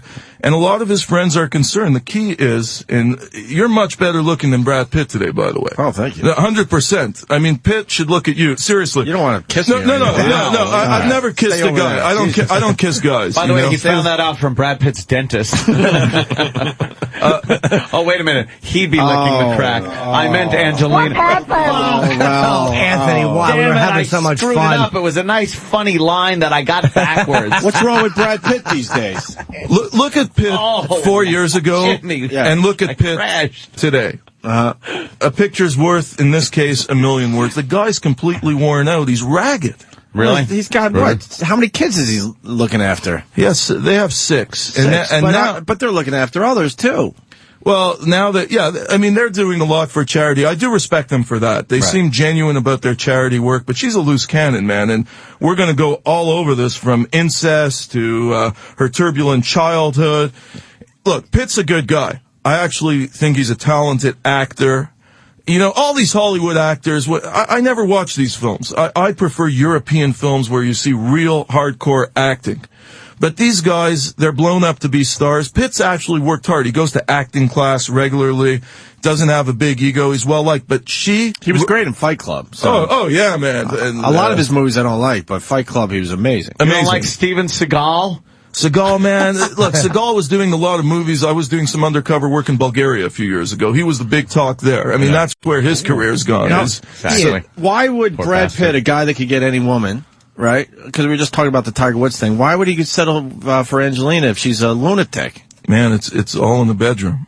Jolie, She is, she's like the Cirque du Soleil in the bedroom. No, really. She's hot, man. Fucking love No, seriously. This woman. She'll do anything. From the get-go. First off, they do Mr. and Mrs. Smith. Mm-hmm. Jen Aniston actually meets Jolie a short time before the filming starts, and she says to Jolie, I hope you have a great time filming this movie with my husband. Let me tell you, they had a good time. Did he bang her on the set? Oh, he banged her, man. In the trailer, on the set, probably on the dolly. Look. All right, hold on. Let me slow you down again. So, what was the problem with Jennifer Aniston and Brad Pitt? Well, and the women out there are like, oh, that's the couple right there. I'm Team Jen. The thing is with Aniston. Did her pussy smell? No. Opie's been claiming that for years. This guy knows everything. Do you know who Aniston's godfather is? I don't know. Come on. David Schwimmer? See, I'm promoting this guy. I promote this guy now all over the world. I said I've never met a guy who knows every fact on everything. I honestly do not know. I didn't know that. Okay, let me give you a clue. She's Greek. Her godmother. Her godfather. Onassis. She's Greek. Is it Aristotle Onassis or Telly Savalas? Wow. What the fuck? What happened to DNA? I would have guessed Stavros first. Wow. That's some fucked up DNA right there. That's the Godfather, right? Godfather. Wow. They're not Godfather. Well, her father was in what soap opera was he in? Days of Our Lives? He had the weird mustache. Yeah. Yeah, I think the father was on Days of Our Lives. That's right. Yeah. Jen Aniston's father was an actor. So what's wrong with Jennifer Aniston? She's a cool chick, man. Boring in bed? Yeah, she does. Again, if you don't lick the crack, the guy's always going to look elsewhere. It's the bottom line. All your listeners, anyone who's married right now, the women listening to this show, I'm telling you, go to bed tonight, and no matter what, close your eyes, but lick that crack. You know how they were able your to guy tell? won't look elsewhere. How? Her dentist. What did her dentist say? That her breath stinks. It's a little too late now. A little late on that would have been the line of the century, too. And what you said was the polar opposite of what you should have said. Of course the wrong was. person. I understand. It was unsalvageable. I suck. It was a great joke. See, I think Ventura was so upset yesterday because he didn't get his crack looked the night before. It had to be. No, really. Aniston's cool. She was a victim here. Jolie, man, she's not evil. She's actually done a lot to change her life, but she's manipulative. And when she hooked up with Pitt, she roped him in. Pitt I think he went on Oprah and told the world, I never had sexual relations until my divorce came through. That's the biggest load of hogwash. I interviewed over 60 people on the set of Mr. and Mrs. Smith, and they all said from the get-go it was fireworks and electricity between the two. And they said it was genuine love from the beginning. But Jolie has a history of what magicians call, she's a master of this, misdirection. Every time her image is tarnished, she's able to spin it around and come out smelling like roses. For instance, America's Housewives, they labeled her a complete homewrecker after she snatched Pitt from Aniston. What did she do? And this is all in the book. She turns around and starts leaking stories to the media, her and her publicist, Gary Kaczynski, that Aniston never wanted to have kids with Pitt, and that's why Pitt left Aniston. Right. Furthest thing from the truth. Furthest thing. Really? Aniston had a couple of miscarriages, I say in the book, and she built a nursery because after Friends ended, she wanted to have at least 2 kids with Brad. She was madly in love, and you got to take your hat off to Jen because she never came out and said negative things about either of the couple. She handled it in a classy manner. She did a lot of yoga. She had a spiritual guru. And look, she got to handle the fucking John Mayer dick. Yeah, and man. you know Mayer's got to be packing. Yeah, what's with Mayer, dude? Banging everybody. Yeah. Is he banging? Bangs them all. I think he's banging men too. Don't you think so? Like I never got a gay vibe from him, to be honest with you. But if he was and he would, do a little something for me financially, I'm not saying I wouldn't take a little on the back. I'm just throwing it out there, John. But is she like? Here's the thing with they're an interesting couple in the sense that John Voight's her father, which kind of makes me. Well, I want to get into the father thing. Yeah, you said incest. Yeah, well. Remember that Oscar kiss with James her brother. Hayden? Oh, yeah, sure. Yeah. That was creepy for everybody. It was very creepy. Yeah. It was open mouth. Now, this wasn't an isolated incident. She also did this at the Golden Globes, and she did it at several parties. Now, one thing that's taboo in Hollywood is incest. She thought it would be cool. She'd be starting a new trend, and this would be, this would propel her even bigger, to bigger superstardom. Furthest thing from the truth. Hollywood moguls, there's two things they frown upon. If A-listers are gay or incest. Incest is the worst. They threatened to blacklist Jolie. They phoned her managers and said, listen, she'll never work again. This is the lowest of low. People just can't accept this in America. So what does Jolie do? She's brilliant. I got to say this. She never poses again in public with James Haven. All of a sudden, you see this douche come on, Billy Bob Thornton. She professes her love to him, says they're having a great sex life. They're wearing each other's blood vials around their necks. This was all a sham. This was to misdirect the media's attention. And as soon as everyone forgot about James Haven, she dumped Billy Bob like a hot potato and set her sights on 3 other guys, including Pitt, and all of them were married. Billy Bob, by the way, was engaged to Laura Dern at that time. Right. She only goes after men who are attached. Do you think it's part of the challenge when you're that hot, you can have any guy you want? So, like, sometimes people like a challenge, like a lot Absolutely. of Absolutely, I man. like the way she licked my crack. There you go. That feels good sometime. There you go. So, all right, wow, that's fucking, that's not a very flattering life for her. You're talking about a woman, I say this in the book, she once hired a hitman to kill herself. Now that is pretty outlandish. How did you get that info, and what are some of the details? I got that from Jolie herself. She told that to several of her close friends who I had access to. See, I went undercover a lot in this book. That's what I specialize in. How the hell do you go undercover? What the fuck? You tone it down a little bit? I toned it down. And no, really, I get a complete makeover. First off, I checked myself into the same mental institution she was in. Did you really do that? No, really. Oh, that's fucking fantastic. I said I was great. I said I was suicidal. I said I might come. I felt like killing people, and I got checked in. You have to know the key words to get checked in. It's not easy. She was in that clinic, and I met people who treated her and remember her and underwent that whole experience. It was wild. And then I went undercover as a paparazzo in France. Now this was, I think, my most opportune time. This was in 2008 when she was giving birth to the twins.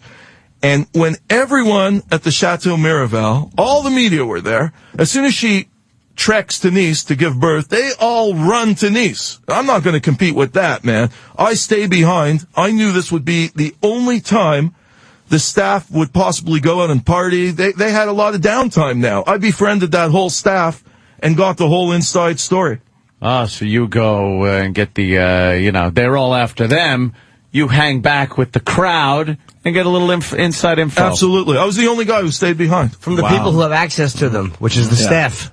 It's amazing. They talk to you not knowing that you're a journalist, and it's like, how do you prove, like, if they say, I never said that to him, that's not true. How do you prove, like, that, yes, it is. You see this thing? There's these HD cameras now. See, okay. I'm giving up my whole secrets. Smart. So I'm like on a cell phone. But here I am, I'm filming all you guys. So I always do that. Because I love when people come out and deny my shit and take me to task, and then I start releasing all the videos and make them look foolish. And then people go off. That's why I've lasted so long in this business. Let's go back to the hitman thing, though. Don't you think Angelina did that just to get her, pump up her publicity? No, because she really wanted a hitman to kill her. Yes, she said she had nothing left to offer the world. Also, she tried suicide a few times. Was it the fake suicide, though? We talk about this on our show a lot, the fake fucking razor blade suicide. Well, no, one time she cut herself so deeply with knives. She has a big knife collection, Angelina Jolie, and she was rushed to hospital, and they thought she wouldn't pull through. Huh? Okay. But one thing, Angie is so resilient. When this union is over... And it's going to be over, you think? 100%. I predicted Jackson 6 months. Unfortunately, I was right because I love the guy. In this case, I'm telling you, 12 to 18 months from now, this couple is toast. There is too much in-house fighting. They actually don't like each other so much anymore, and they're not. Pitt is worn out. His friends want his friends I spoke to want him to run for his life today. He seems like he cleans up well for movies, but then when you see him in pictures that the paparazzi get, he's very disheveled, very grubby. That's right. Stuff. But, for movies, he seems to clean up. Yeah, well, that's the time he's away from Angie, so he's able to get his act together. That's the only time she lets him out of his sight. When you see him all disheveled, like holding kids that look like, collect them all from around the globe, it just looks a little like, wow, is he pussy whipped? Is that what it was? Just completely pussy whipped? Yeah, because it doesn't seem like he really was all in as far as all the kids go. You're right. You're 100% right. Let me expand on that. Yeah. I predict after they split, there's only going to be room in Hollywood for one of them. Both of them they're not going to stay at the superstar level. And I think, based on the research I've done, and based on her history, she's so resilient, Angie. No matter what comes her way, I think it's going to be Angie Jolie staying on top. There's a family picture. It looks like they stole the characters from It's a Small World. They just picked a few as the boat was going around and just threw them all in. Now, look at that photo. This is what I mentioned in the book. Every time they do this, it's a photo op. Yes. And in the background, there's nannies ducking. They want to make it look as if they're hands-on parents. The nannies, they're either ducking in the car or ducking in the photo. When you have nannies calling, the kids calling nannies mommy. Oh, really? Oh, that's not a good sign. I mean, do you guys have kids? No. Nobody has kids here? Nope. Man, I'm the only guy with a kid. You got one? Dude, that's, I'm sure you're happy with it, but the kid is my life. There's nothing better than That's why I parenting. didn't have one, because it supposedly changes you. It does. And I'm not willing to be changed. I like my selfish, filthy lifestyle, and I know it will change that. I've said it 1,000 times. It's like when people fall asleep next to that bean pod in Invasion of the Body Snatchers. Everyone resists it and goes, oh my God, I don't want a kid, I don't want a kid. And then they have one, it's like, oh, you'd love it. It's a wonderful thing. My brother did the same goddamn thing. He's like, man, fuck kid, I'm not having a fucking kid. And then he has a daughter, it's like, it's fantastic, it's great. Like, what happened? It's called love. Fuck love. I'm looking forward to having a couple kids. By the way, can I get on to something very important? I always suspected this. Yes. I knew it. He claims that Billy Bob Thornton has a huge dick. Let's talk about his huge dick. He looks like he would. He has to. When you see him, and again, as Carl in Sling Blade, when his pants are pulled way up, you see a pretty big mule I never there. noticed. I just thought he was a big, skinny, kind of hick-looking guy. After he kept his dead little brother, poor little fella, he pets him. Apparently, he's even more well-hung than Errol Flynn. Wow. Now, how big would you say there, Ian? 14. Whoa! What the fuck? That's a fucking thing. No, really. When Billy Bob, when Billy Bob's going like this to his leg, I reckon he's from Arkansas. Now I got to get in a plug here because my good buddy Ron Deckelbaum in Montreal, he has listened to you guys from the beginning. And this guy cannot believe I'm even in the face of you guys. You guys are his hero. He promotes you all over Canada. And I just got to give a shout out to him because he told me when I come back on this show that to say a big hello to you guys, and you guys are his heroes. Thank you, Ron. Thank you, sir. And we just saw the thing they had. You have a phone or something, or there's something that you have more promoting to do, sir. What the fuck, dude? You're used to give us a lot more time than this. Does Brad Pitt want these kids? It always struck me as like a guy, like you're a good-looking guy. We talked about that. He wasn't all in on this whole thing. He wants no part of these kids. Or he's sick of them? Pitt didn't know what he was really getting into. At the beginning, he thought, this was romantic vision. Sometimes they were spending 18 to 20 hours a day in the sack. He never had this before. The kids, look, his heart's in the right place. Either of them, they're not bad parents. The thing here is they're just way over their head. Jolie recently filed an adoption request for a 7th child. And this is part of the proof why I think they're going to split. Pitt's name is not on those papers. It's just Jolie. Ooh. And by all accounts, people in the house, I'm the only guy. I know Jolie right now better than Pitt does. I hope he was the first guy in line at the bookstore to buy this. Now, she hasn't licked the crack yet. Oh, right. But man, I have story after story about her and I tried to make this a very balanced, fair account. So a lot of the stuff, unless there was extreme cooperation, I couldn't put in the book because I don't want it to be some hatchet job on her. Because she has tried to turn herself around. The stuff she said about John Voight, it's ridiculous. What did she say about him? Because I didn't hear. She said he's wasn't a good father. However, I did my research. At the Oscar speech, Golden Globe acceptance, she thanked John Voight, said he was an incredible father, and he was always there. She fell out with him after because he said publicly, look, I think she's going back to her old ways and is going to end up in a psychiatric institution again. I interviewed so many people who grew up with this family, and painstakingly, I tried to discredit Voight. I was not able to. Everyone around that family said Voight put the kids before his career every and each moment. And I think John Voight, I hope he's listening to this today. I have to defend the guy because that would be nice to know he's listening. Yeah. John Voight. Jeez, wow. Have you ever had Voight on the show? Would love to have him on. You got to get him here. You got to get him here to talk. He'll do it. Somebody's got to follow the request to have John on this show, and he will talk about it. This guy was the greatest father you could imagine, and Angie Jolie. This stems from her days at Beverly Hills High School. Everyone I interviewed who went to school with her said, look, this chick, she could be your best friend one day. The next day, if she doesn't like you, you're toast. She'll badmouth you. She'll have you, just persona non grata in the whole school. And she could flip on you like a dime. And that's pretty atrocious. So is it like her character in Girl Interrupted? Well, you know what? Is that an accurate depiction? Yeah, it's sort of like that, actually. It's not a bad analogy. She is a what was loose the other cannon. movie? Geely or... Gia Karangi. Oh, my God. Yeah. That was a cool movie. Yeah. That was... You would like that one, Ed. And let me tell you something. She's had so many flops. If you check out her filmography, she has had one flop after the other, and I gotta admire her. I respect anyone in media or art who's been in this 10 years plus, and no matter what comes their way, they just keep going. We all fall off the bike. But if you get back on and ride, hey, that's the key. It is amazing when you think about her. Like, I can't think of, she played Daniel Pearl's wife, and I thought she did a good job as Daniel Pearl's wife. But you can't think of a lot of movies that she did. Yes. Like Meryl Streep, you could fire off fucking Deer Hunter, Kramer vs. Kramer. It just, but with her, it's like, what did she do that you really loved? She fucked a couple of people that, it's really hard to picture. Won awards and did, I associate her with famous men. That's how I think of her. Is Brad Pitt, now, there's always been this talk that he's a really kind of a country bumpkin and not, I don't want to say not smart or anything, but not the brightest guy. That would be not kind smart. Of a thing. He's not the sharpest type of smarts, you know what I mean? Not the sharpest knife in the drawer. No, definitely. Look, the kid is really. Yeah. He is a good kid.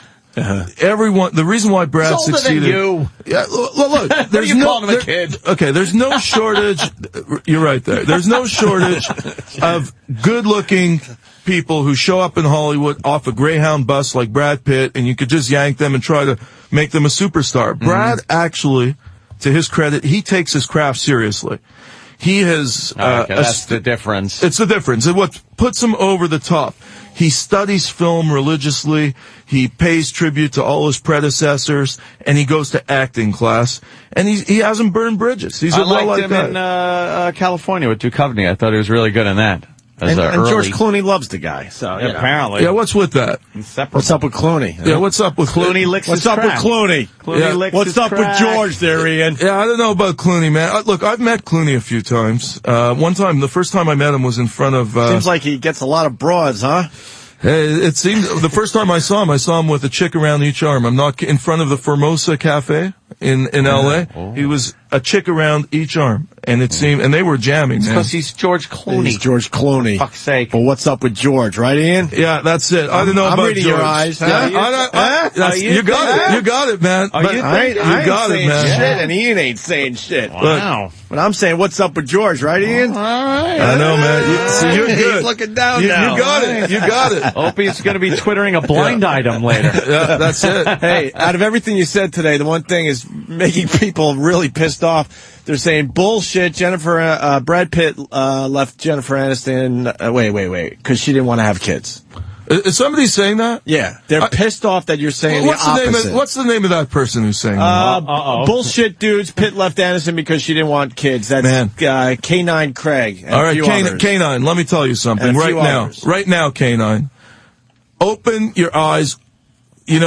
Smell the coffee here, because the fact of the matter is, you are just being brainwashed by Angelina's propaganda. It's Angelina who put this out. There's Jill Nicolini. You know that chick? I know her. I met her on the. I was on the Sally Jesse Raphael show with her. Really? Yeah. Hold on. Happened? Years ago with Nicolini, man. What you got on Jill? And what happened? Oh man, I have a lot of stuff on Jill, No but I won't say. You know, Jill's a smart woman. She has like a. Really? Oh yeah, she has like a 4.0 GPO. Really? Tell us one thing about Jill. We don't know much We've about her. talked to her a couple of times. Oh yeah? But I always thought she was pretty hot. She used to date Garth Snow. She came up to Montreal to visit me. Garth Snow? Yeah, he's the Played GM for of the the Islanders. Islanders. Oh, right. He was a goalie for the Islanders, too. Really? How long did they go out? I think a couple of years or something. Really? She used to be the Islanders girl. Was she? Oh, right. The ice girl. She was Yeah, the see, ice she's girl. on the weather right now. We have all these Traffic.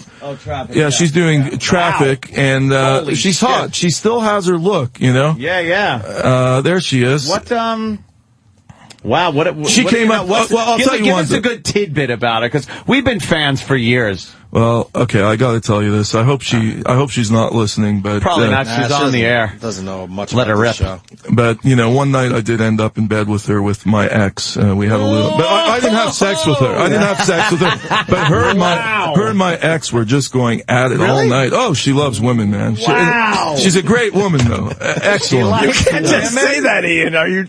No, well, you asked me. It's Jill won't deny it. I hope she's not listening to this, but I love Jill. Jill's Pop a couple of pictures up, Danny, because put in like Jill Nicolini and see if we can get a couple of pictures of her up there. I'm so happy. Because maybe pop that one up. That's a good picture right there. Oh, holy smokes! Wow. Yes. Look at that. Are you serious? Yeah. Wow. Man, you're a lucky guy. Yes, Well, he was. Does she blew it like everything else in his life. The bringing another woman into the relationship thing didn't work for me. Does she like the crack? Well, yeah, everybody, there you go. Tit for tat with the crack. That's great. She's a good woman. I met her. No, really. I met her. I was a guest on Sally Jesse Raphael. Look at that. And, holy, whoa. And you'll notice in every photo that she's happy with him, she's holding alcohol. Man. Holy, I had no idea. Yeah, that ended when she came into my bedroom one morning after leaving the night before, and I apparently had a girl in my closet. Another girl from Canada, by the way. Are Canadian girls hot? Yeah, I like Canadian girls. And she was in the closet, and Jill opened said closet, and then it turned into a big clothes burning ceremony that Jill did. She took the girl's clothes. She left in my vehicle. Oh my gosh. Came back, and then when I wasn't there, and took this other girl's clothes and put them in my fire pit in my backyard, lit them on fire, and all that was left were zippers and underwires. Well, thank God there was no one there to stop her. Oh, Keith, Keith, the cop, taped the whole thing, apparently. Yeah. My personal security guy. Thank you very much. You know who I like? Wow, this is crazy, man. Jill's mom is one of the nicest people I've ever met. Oh, yeah, she's a very, very nice family. Very nice family. Nice I family. remember I met Jill on Sally Jesse Raphael, who I love. I miss Sally Jesse. I miss all these people, man. You know, there were so many. Off the air, right? She's not dead. She's just off the air, right? Well, she's been off the air a long time. A very long time. I think she has a toy boy in France or something. Right. I'm not sure about it, but no, I love Sally, and we met and we became good friends. And she came up to Canada. I'll tell you, I wish I could have videoed her jamming with my ex. That was one of the hottest moments I've ever seen. I just stood back and watched. You know, and said, "Whoa, this is so hot, man." See, maybe if I would have worked it out a little better than that, but you would have a nice little. You know, thing. Jill doesn't do it for me because of the implants. That's I hate chicks with implants. I'm not into implants. Unless they put it under the muscle. Me too. Put it under the muscle. Put it under the muscle. It's not Under the muscle's not as bad. Hey, Ian, you gotta go. So yeah, they're kicking you right out of here. Well, I love you guys, man, and this is the the greatest show, and I want all Canadians to support these guys, and and really thank you so much. We got a nice fan base in Canada. On your pro jets and your amateur jets and whatever other jets you hold. Ian, John Travolta? Well, man, look, I'm not going to diss him because he lost his kid, and I'm anyone. not talking about the kid thing. Yeah, but it's sad. Look, what about that kiss on the plane steps? Come on, that's a good question. I did the book on Scientology. That's why I wear this bulletproof stuff. They want to kill me, man. Yeah, I did a film on and I posed as a gay actor. They tried to deprogram me. It's all because of John. Look. Travolta, that kiss was certainly, he was jamming. That was with the male nanny. That's the same nanny who looked after Jet Travolta. So that guy travels with them. Yes. Okay. And that was that was shot in Canada. When he was filming Hairspray, that was on the steps of John's private jet. Look, I love John Travolta. It's unfortunate that Hollywood's homophobia doesn't let guys like Travolta be themselves. Travolta, no, really.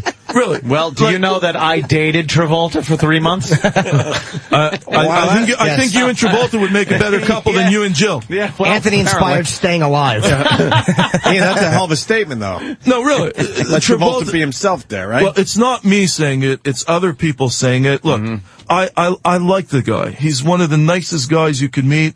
But there's no doubt about it. This is according to Time magazine, not according to me. Yes. There was a Time magazine cover story back in 1991 saying Travolta's gay. Yeah. It's not me saying it. You know, my opinion doesn't matter here. I'm just a nobody from Canada. But I go what the experts say, and people were quoted in a Time magazine cover story. People are getting up and leaving. Oh, man, I don't want to leave this show. Ian has another... Hold on, let's give a big plug, though. Photo here? Yes. I want to bring this guy to Canada and just make him the bomb there, like a rock star. Ian Halpern, it's called Brangelina. I'll say this about Ian, man. You were on time with Michael Jackson's book. You have a ballsy dude. He says, you hear celebrity books are usually very soft. He comes right out and goes, no, she tried to have herself fucking killed. Yeah. It's like, I'll say that. Exactly. If you want to read stuff that is explosive, I admire you for that, Look, man. when my body's found in the Hudson, I've willed it all to this show. Oh, No, the first time All Ian was on, we had an argument, and then he was willing to come back 2 days later. I love a guy like that. See, it's like Ventura's a wimp because this guy knows his shit, man. Yeah, like I've been telling everybody around the world. They've seen this video on YouTube. I said, look, this guy knew his shit, and I'm not going to argue with him. He took me on, and that's cool. We shook hands after. Yeah. You know, that's good radio. We actually love you now, Ian. We didn't like you at first, look, but Ventura, we can come back anytime. I hope Ventura is listening to this today because I would like... Me and Jim, I'm challenging Ventura. I will rent out Madison Square Garden myself, and the two of us going against Ventura. Oh, that's tag great. team. I'm willing to do it. Two corpses. You'll find two bloody raped men and Jesse babbling into the microphone. Conspiracy. Yeah. And let me tell you, Ventura will be back on this show when his book comes out in April. I've no doubt about it. He already said no, but I guarantee he'll be back here in a heartbeat. He's got to sell books. This is the place to be, right, Ian? It is the place to be. Opie and Anthony, and thank you for having me. Peace out. Ian Halpern. Get out of here. Thanks, man. And Thank you, it's Ian. called You're the best. Brangelina. Yeah. Gotta love the great guy. radio. All right. Oh, he's still here. He could hear us talking about him. Take it Ian easy, man. Halpern. Yeah, the book's Brangelina. By the way, this is Suzanne Callahan from the New York Yes. Post, who's one of the most up-and-coming greatest writers you'll see. Like, you know, I'm telling you, writers like this, I take my hat off to them. They're the next generation, and she'll be on this show with her books. She's amazing. Did you have her in Canada? No, we're good friends. I'm just a fan of hers. Oh, okay. And I asked All her right. to come along today, and Can you have your publisher send us like maybe one or two? They sent one book for the whole radio show. It's a recession. All right. No, seriously. Find the goddamn You know, you're lucky you even got this. They wanted to recession. You know what? They wanted to send it in a Word file to you guys. Fair enough. Cut it up and section it off. Pass it around. I think we're going to be good friends with Ian Halpern over the See you, years. bud. That fucking guy does great radio. And I tell you one thing, man. He says that it's refreshing to He interview never gets somebody sued because he knows he backs up his shit. who isn't afraid of at least fucking backing up what he said in the book. And Yeah. look, I tape people saying Sure. this, so Yeah. go ahead, come after me. All right, we're going to take a quick break. When we get back, we got the audio that led up to Jesse Ventura leaving the show because Yes. it's not represented properly on the video that's pretty much everywhere Because today. there's 20 minutes missing, which was just the way Yeah, it was well, filmed. We didn't know at the Right, time. right. We try to film when we can. We filmed a little It's Ian a Halpern thing. conspiracy. But we weren't able to keep the cameras rolling the whole time because this company doesn't understand that this show really needs a visual element. We had a nice visual element that they took away from us. There's a lot this company doesn't understand. They don't understand half the shit. They weren't working that fucking video yesterday whatsoever. No. And now it's all over the goddamn world Someone told because me we worked it. I'm on a serious. Some mentioned to me as John Norton.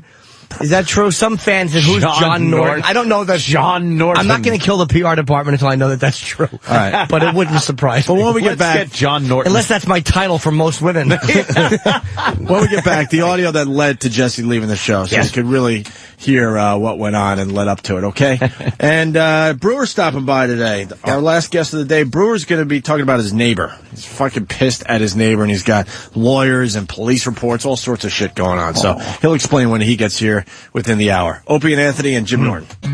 Couple of quickies. First of all, you didn't wish Ozzy a happy birthday today. Did not know it was What's his birthday. wrong with you? Oh, December 3rd. Shit. There you go. God damn it, I did know that. 61 years old, Ozzy. Is he 61? Yeah. Wow. 61 years young. Amazing is Life right. back. Also, the Nets did it. We don't talk NBA basketball much on this show, but when you got a team that sucks as bad as the Nets, you got to pay a little attention. Sure. They have officially set the record for the worst start to an NBA season ever at 0-18. Do we need the audio on this? Probably not, right? What is it? I guess real fast. It's 30 seconds. There's a new record for start of the season futility in the NBA. New Jersey's Nets dropped their 18th straight game Wednesday night, losing at home to the Dallas Mavericks 117-101. The Nets eclipsed the 17-game record shared by the 1988-89 Miami Heat and the 1999 Los Angeles Clippers. Newly appointed coach Kiki Vandeweghe was not on the bench for the game. He makes his debut as the replacement for the recently fired Lawrence Frank on Friday. The Nets were never in this game, as the Mavs made 17 of 19 shots in the second quarter when they opened up a 27-point lead.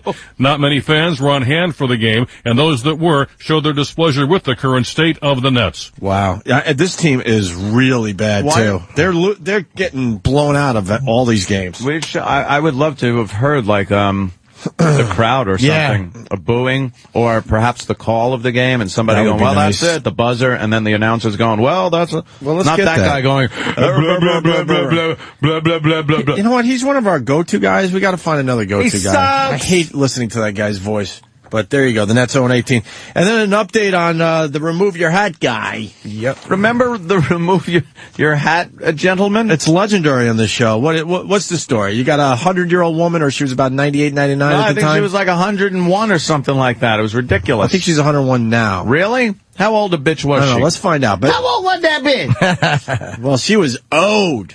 Yeah. And if you go to YouTube, Opie and Anthony Remove Your Hat is a video that does very, very well. Just goddamn hysterical. That will somehow haunt us. Yes, of course. So she's getting out of an elevator, and there's a gentleman. A gentleman, yes. As she gets out of the elevator, and she has a walker.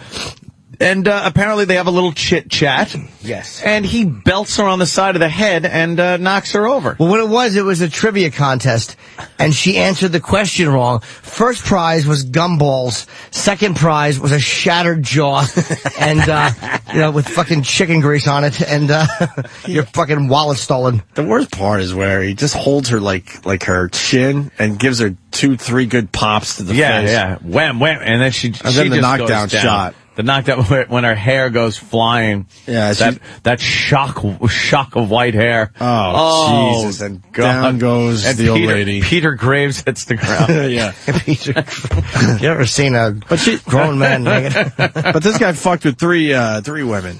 This broad who was close to 100 at the time. Another one that was, I think, in her 80s, and then another one that was a bit younger. But all troublemakers in the neighborhood. Yeah, of course. I don't know who said it yesterday. It might have Wearing been hats. It might have been Anthony, but it just shows you how bad our legal system is, because finally, this was 2007. 2 years ago, this happened, and finally yesterday they sentenced this animal to 75 years in prison. Don't forget they didn't catch him for a while though. Well, for a couple weeks. Yeah, it was no time. And 2 years it took? 2 years they couldn't figure out that this guy was guilty, especially with the videotape they had. 2 years of taxpayers' money, and I'm sure his motherfucking defense attorney trying to say it was the drugs or the upbringing or racism or whatever the fuck it was. He's bashing old ladies in the face. How about you have a speedy trial and put this guy behind bars for...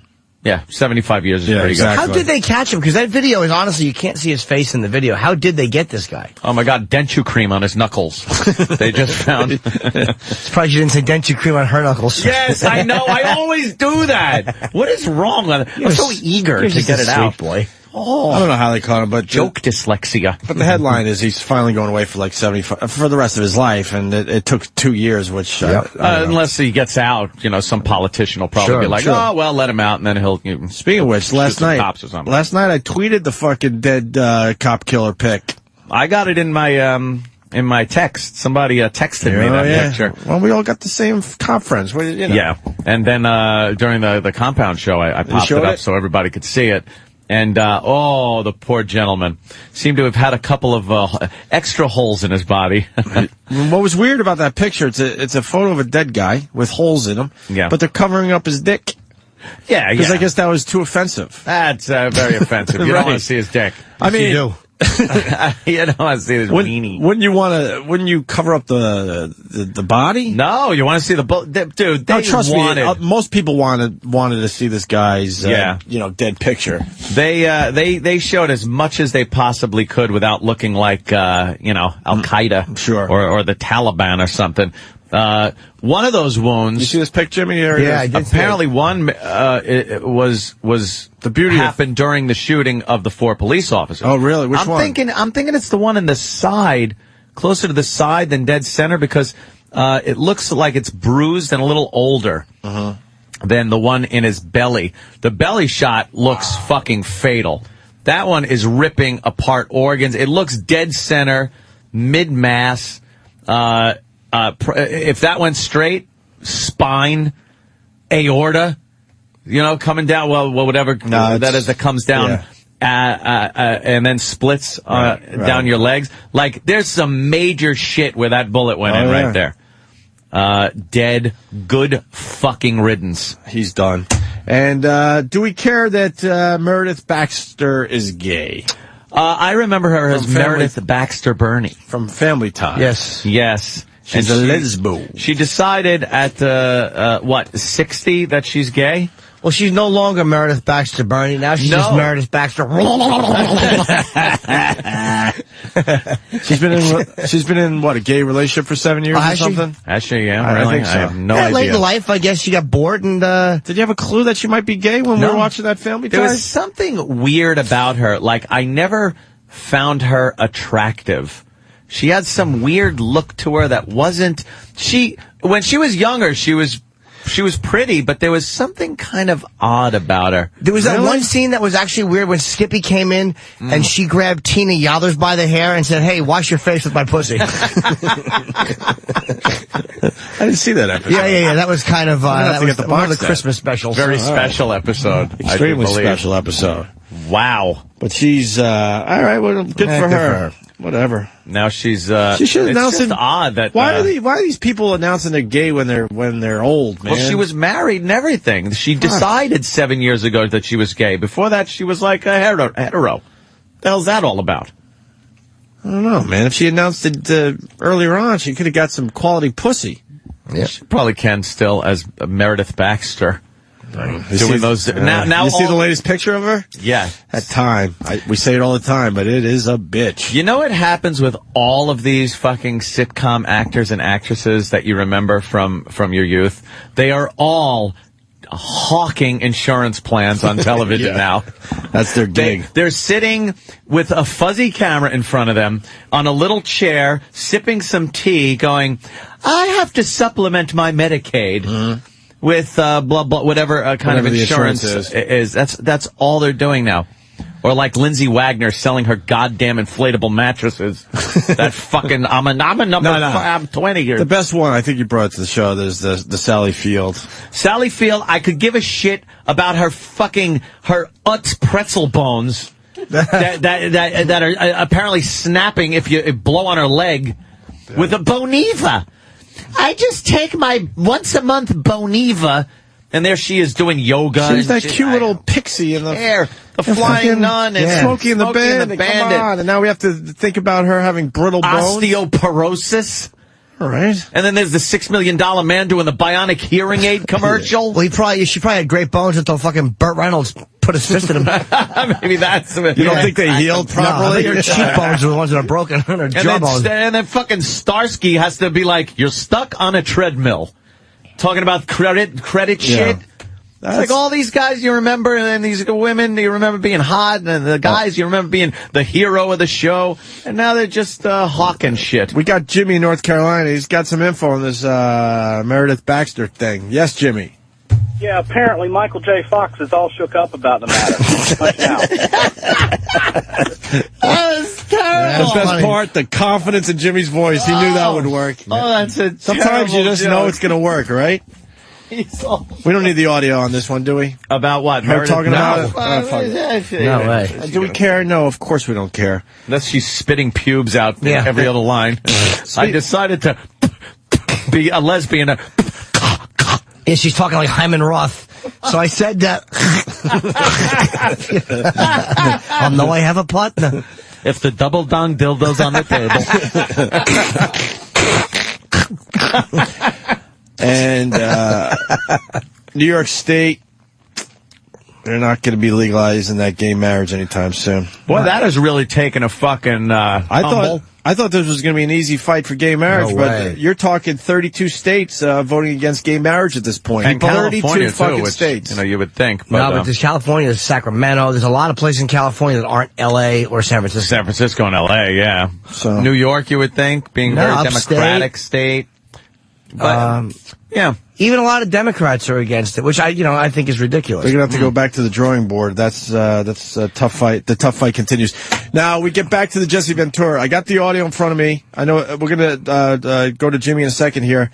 The audio of what led to Jesse leaving the show, because the video, which most of us have seen by now, it's everywhere, doesn't really do it justice because we weren't rolling.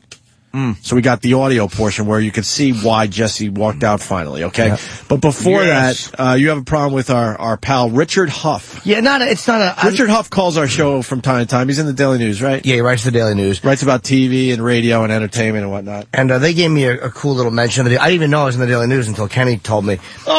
Which normally he just gives you horrible news. This was actually good news. It was nice in the back, page 84. It was a Ventura. You thought it was the obituaries. Yeah, exactly. Congratulations. You're dead. It's don't invite Jim Norton, conspiracy theory host Jesse Ventura to the same party.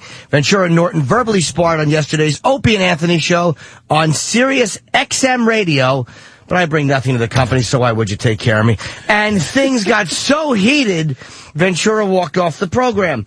If you're not going to let me talk, I'm out the door, Ventura said as they argued over going to war. You've been talking the whole time. All you do is shout, yell over people. Norton shot back, and I should add, cleverly. 20 minutes later, as the debate raged, Ventura got up to leave. Norton told Ventura he was sulking. There's an effing guy here telling me I've got a schedule, Ventura said, adding an obscenity. Ventura touched Norton's shoulder as he left. Thanks for touching me with your effing stupid, rip-roaring, Rocky Horror hairdo. Norton shot back. No, Norton didn't. It's the line of the year, and he blew it in print. And he did try to hear it. He just couldn't. I think. Oh, it's you could hear it. If you're familiar, everybody's familiar with Riff Raff from Rocky Horror, and you absolutely know the reference, especially somebody in the entertainment journalism field like that. There it is, too. I said you're riff-raff from Rocky Horror hairdo. Yes. Rip-roaring. Yeah, rip-roaring. So we're going to get Richard Huff on the phone to explain himself. Yes. And he's promised me a full-page retraction with a humble apology. Humble being the keyword. I think you're pushing the Tiger Woods off the front page so they can As run it should be. Finally. No one cares about Ellen. They just quoted me. Hey, why don't we play the audio? So this is what led to Jesse leaving. And I have to run out and come right back. Because I have a thing to do. Oh, you do? Okay, that's fine. You don't need it for the audio. All right. Here it is. This is what led to Jesse leaving. I remember doing the time warp. Jimmy, it's just a jump to the left. You weren't there. Your car didn't break down in the rain. But this is how it went down. Because the video just doesn't do it justice. Here you go. We're also profiling the Mexicans. We profile the Italians for the mafia. You profile bikers for hell. Yeah. Profiling works to a certain degree as long as citizens are afforded a certain amount of respect. And I like the fact that now we don't even do it at the borders. Where are Mexicans being profiled? Well, I drive across every year, and now the last time I drove across the border, I showed my passport at the border. And I was 2 hours into Arizona on the freeway, and I had to do a 2-hour stop there because the cars were backed up because it was an immigration stop in the middle of Arizona. Well, not at the border. But that seems logical. For really? The people that got across. Well, they do DWI checkpoints. It only goes against our Constitution, but what the hell? DWI checkpoints do too, technically. No. Our Constitution says you can travel freely inside the United States. So DWI checkpoints also? No. Why? Because that's Why? driving a car and a license, and you're dealing with a cop. Same thing here. No, it isn't the same. This is immigration. So what? This You're is checking not- to see if... So what? You're a citizen. You're not being hassled if you're a citizen. Yes, you are. You're asked to produce. I already did it at the border. Same as DWI checkpoint. You're asked to prove your sobriety. No, it's different. It's not different. Yes, It's different because it doesn't prove your point, but it's not different. Because driving is a privilege. Yes, they weren't stopping citizens walking. No, they were stopping them and exercising their privilege. Driving is a privilege. I don't have a right to drive. Right, exactly. It's a privilege. So they were stopping. But you have a right to be a citizen. It's your right not to be questioned don't the police, inside the United States if you're a citizen. So you think we should? Right to ask this isn't the police. This isn't the police. You're talking about the Border Patrol. This is immigration. Immigration. Oh, okay. So what right does immigration have to pull me over in the middle of Arizona and ask me to produce papers that I'm a citizen? Well, that seems a little shifty. Yeah, but Very they were shifty. stopping people I'll give it to 'em. because they wanted to make sure that they weren't illegals. They weren't looking for you. So what if they ask you to produce? And I mean that. I refused. Of course you did, because you're a Because I recognizable believe guy. in the Constitution. So do I. But again, it's not No, a you don't, suicide. because you're saying that this You're is right. okay. I don't believe in the Constitution. Stop it. Stop it. I don't believe in the Constitution. You're violating it. No, I'm You not. have I'm no exercising my problem free with it. speech. Boo-hoo. Oh, Jesus. And time. Wow. I love the Constitution. It troubles me because I don't like the perverse use of the Constitution. We're out in the middle in the United States, and you're asked to produce your citizenship when you've already done it at the border. And our country has never made us have to produce any type of thing like that just to freely travel about the country. Where are your papers? Do you have to produce your... Well, where are your papers? Can you leave Minnesota into South Dakota? And I foresee in the future they're going to have... Right at the borders, state to state, where you're going to have to produce paperwork to go from one state to the next. It's called Easy Pass and that's called taking away your freedoms in light of keeping us safe. Slippery. That's what you'd say to the police doing honest police work. Let's keep us safe. That's what you'd say about the police doing hard police work. No, I said you would. That ain't police work. That's immigration. But if it was not a cop, say the cop had done it. No, it ain't a cop. You said it's all police work to stop terrorists. So if they started questioning people in a mosque, you'd say, "Oh, that's racist." Don't put words in my mouth, please. Why? You've done it to me. me. You did it to me. You said I don't believe in the Constitution. Bye, guys. Bye, Jess. Governor. You always just sulk and walk away. Why? You put words in my mouth. There's a fucking guy here telling me I got a schedule. Asshole. You're using dirty language, asshole. Yeah. Oh. Bye, tough guy. Bye, tough guy. Thanks for your service to our country. You're welcome. Thanks for touching me with your fucking stupid riff-raff from fucking Rocky Horror hairdo. You're bigger than me and stronger than me. So what? I don't give a shit. You want to beat me up? Go ahead. I'm not going to fight a guy like you. That means nothing to me. I know. I argued with you. You put words in my mouth, and you didn't like when I did it to you. You put words in my mouth saying I didn't believe in the Constitution, and that's bullshit. It's not true. I don't agree with abusing it. Thank you for your service. Oh, you're welcome. You're a bigger patriot than me. Godspeed. Fuck out of here. Wow. What happened? He's a fucking baby. That ended on a fucking baby. nice note. Who gives a shit? A big fucking guy that doesn't like the little guy yelling. You scared him, Jimmy. No, you scared him here's away. what that is. He wanted to knock my fucking block off, but he knows that he shouldn't or he can't because of the law or all this stuff. Fuck you. I don't care because I fucking hate that shit. What happened, Sam? Jimmy is I really very do. angry. No, don't You know fight. what? I bowed I you. would never. So do I. I would never. I saw the look Jesse was giving you. I don't Bowed care. Nails on you. I would never try to challenge a guy like that physically, and I don't posture that way. You're He like- would murder me. You're like fucking Spider. You Dude, were just like Spider. I would toss your money. I would never talk tough guy talk. I was arguing an ideological point. I would never get in Jesse Ventura's face and think I'm going to outman him. That was not my point, and I've never done that. Don't fucking tough guy me. I hate that. He was tough guy. Fuck him. I don't care how strong he is. I hate that. Good, bravo to Jim. That drives me nuts, man. That's my fucking pet peeve. I hate it. Suicide by wrestler was what he was trying. Holy shit, do I fucking... But it's not, dude, it's not a tough guy thing. The guy would it's not about that. I'm not gonna fight Jesse Ventura. I can't be bullied. It makes me fuck you. I hate it. How'd you feel when he tapped your shoulder? Annoyed, not intimidated. Annoyed. And said, annoyed. Thank you for your service. He didn't do it hard. It wasn't a threatening. Yeah. But it was. Don't try to alpha male me, stupid. Danny just put up a picture of the crypt keeper. Danny's real brave. Jimmy's the only one that opened his mouth like a man. Dude, like a man. that drives me crazy. That was a great ending. That drives me nuts. Wow. What is he saying down the hall there? Who cares? Who cares? I'm just curious. I asked him if when his book comes out in April, he'd be happy to come back because despite the tumult, that really sounded well. He goes, nope, not doing it. Good, fuck you, bye, don't. We're done with him? No, Don't. We've had intense discussions with the guy. I walked with him to And he the always elevator, comes back. and I said, Governor, I know that your feelings may have gotten hurt, and you don't like Jim. Who cares? I don't like him either. He He's said, a sulker. I don't respect that little shit. I don't respect him either. I respect his military service, but I think he's a fucking... I don't respect him in a debate because he's a baby who pushes his microphone. Aw. What's the matter? You're not used to being challenged by a small guy, you fucking big dumb wrestler? I fucking hate that shit. I mean... By the way... It's not like I stood up and go, what?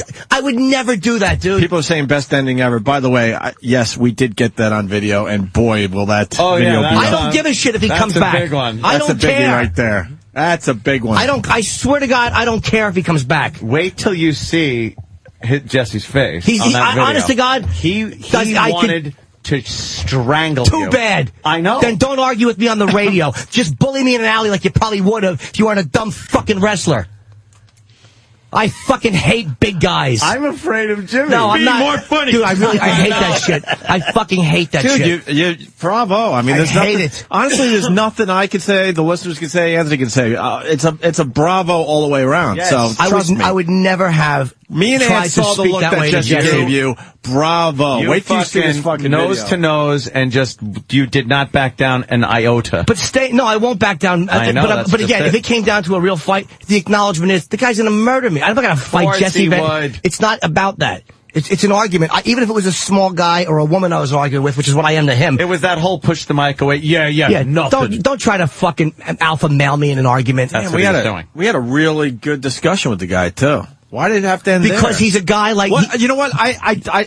I'll tell you what. I know started why. fading out. I'll be completely honest. What got to him at the end there? I didn't like when he goes, well, you don't like the Constitution. He doesn't like me because I don't agree with him, and I'm fucking... Don't put fucking words in my He mouth. put fucking words in And my then he put mouth. words in And your- then he called me an asshole, and I called him an asshole. And when Jimmy called him out on putting words in his mouth, he had no defense Because for that's it. what he is. He's one of those big bully motherfuckers who likes to use his size and his weight, and he talks over everybody, and he's not a dumb guy. shit, I'm not he's going to coming say, back. so what? Fuck him. He's not a dumb guy. He's not a dumb guy. I just want to see Jimmy look. I just disagree Don't with turn him. around, Jimmy. I Don't respect turn the around. guy's military service. I respect the guy. He's a bright dude. He's not a dumb guy. He's just more radical than I am. But when you're arguing and that disagreeing, that fucking... Like, that's all of a sudden the atomic bomb. I'm going to use my... Fuck you, man. You know what you should do? Bend him over and humble him. You fuck in the ass. I fuck you in the ass and humble you. I don't care if that little shit. That's what I think of you, you big fat motherfucker. Beat it. Steve. There was a point. No, I'm Anthony, sorry. I thought you Anthony, meant- there was a point when Jimmy turned all the way around. Jesse was at the doorway. Jesse was debating. I'm coming back in. So what? Yeah, he know, was. it No, was I'm just scary. saying. I know he was. I'm just but painting the picture for Dude, everyone. There was I a moment was there where scared for you. Jesse's I wasn't like, at all. I think I got to go back in there and hit this scared guy. for you. And then Because- at the last second, turned and walked away. When he drank his water Yeah, and that's- finished the oh, yeah, bottle, yeah. I thought he was going to throw the bottle. in And I your would have face. thrown mine at him and got the shit beat out of me. Oh my Believe me. God, that's what I was thinking. That's why I started getting afraid. And then Kenny would have had to come in and, it would have been awful. Kenny, I want to talk to Kenny for a minute. Because I want to know what Kenny was thinking. I've been boxing lately. I would have tried something. Dude, I'm Would you knock it Dude, off? I would be annoyed at a small guy for pushing the microwave during an argument when Jesse was having a lot of time to say what he had to say. Yeah. We were arguing back and forth. He felt I put words in his mouth. I felt he put words in mine. But then to drop it like that, goodbye. I know. Fuck you. We were Goodbye. promoting your show for the last 20 minutes. Ask plenty of legitimate questions. Yes. Let him get his point across over and over again. Oh, it drives me Kenny, crazy. Yeah, where would have been that fail-safe point where you had to jump in? Because you held off. You didn't do anything. You didn't get in between anybody. What were you thinking during that whole thing? I was keeping my eye on him. Yeah? Now, what would you think if you had to go against Jesse Ventura? Bye, Jim. Opie and Anthony moving right along. Look who's in studio. Our old friend Jim Brewer. Yep. That was great. That was like some backyard hanging with Norton and Jesse. Because I do side with Jesse's views a lot. I love thinking that stuff. Sure. Love it. So I love. There's times I listen to you guys and I want to strangle Anthony. I'm like, you so do I, sitting next to him. You're like, are you fucking kidding me? But I love that shit. Yeah, it was great radio yesterday. A great discussion. It is crazy of me to just think that some terrorists decided to fly planes into buildings and kill people. Instead of some wild harebrained scheme that could not possibly be pulled off. I'm not going to go into it. I'm not going to go into it. We've been here too long. The 5 surviving hijackers actually are doing Desperate Housewives in Saudi Arabia. Yeah. They're beheading them. It was a nice hit for the show, and Jimmy especially, man. That fucking Ventura video is everywhere, and it's got people talking.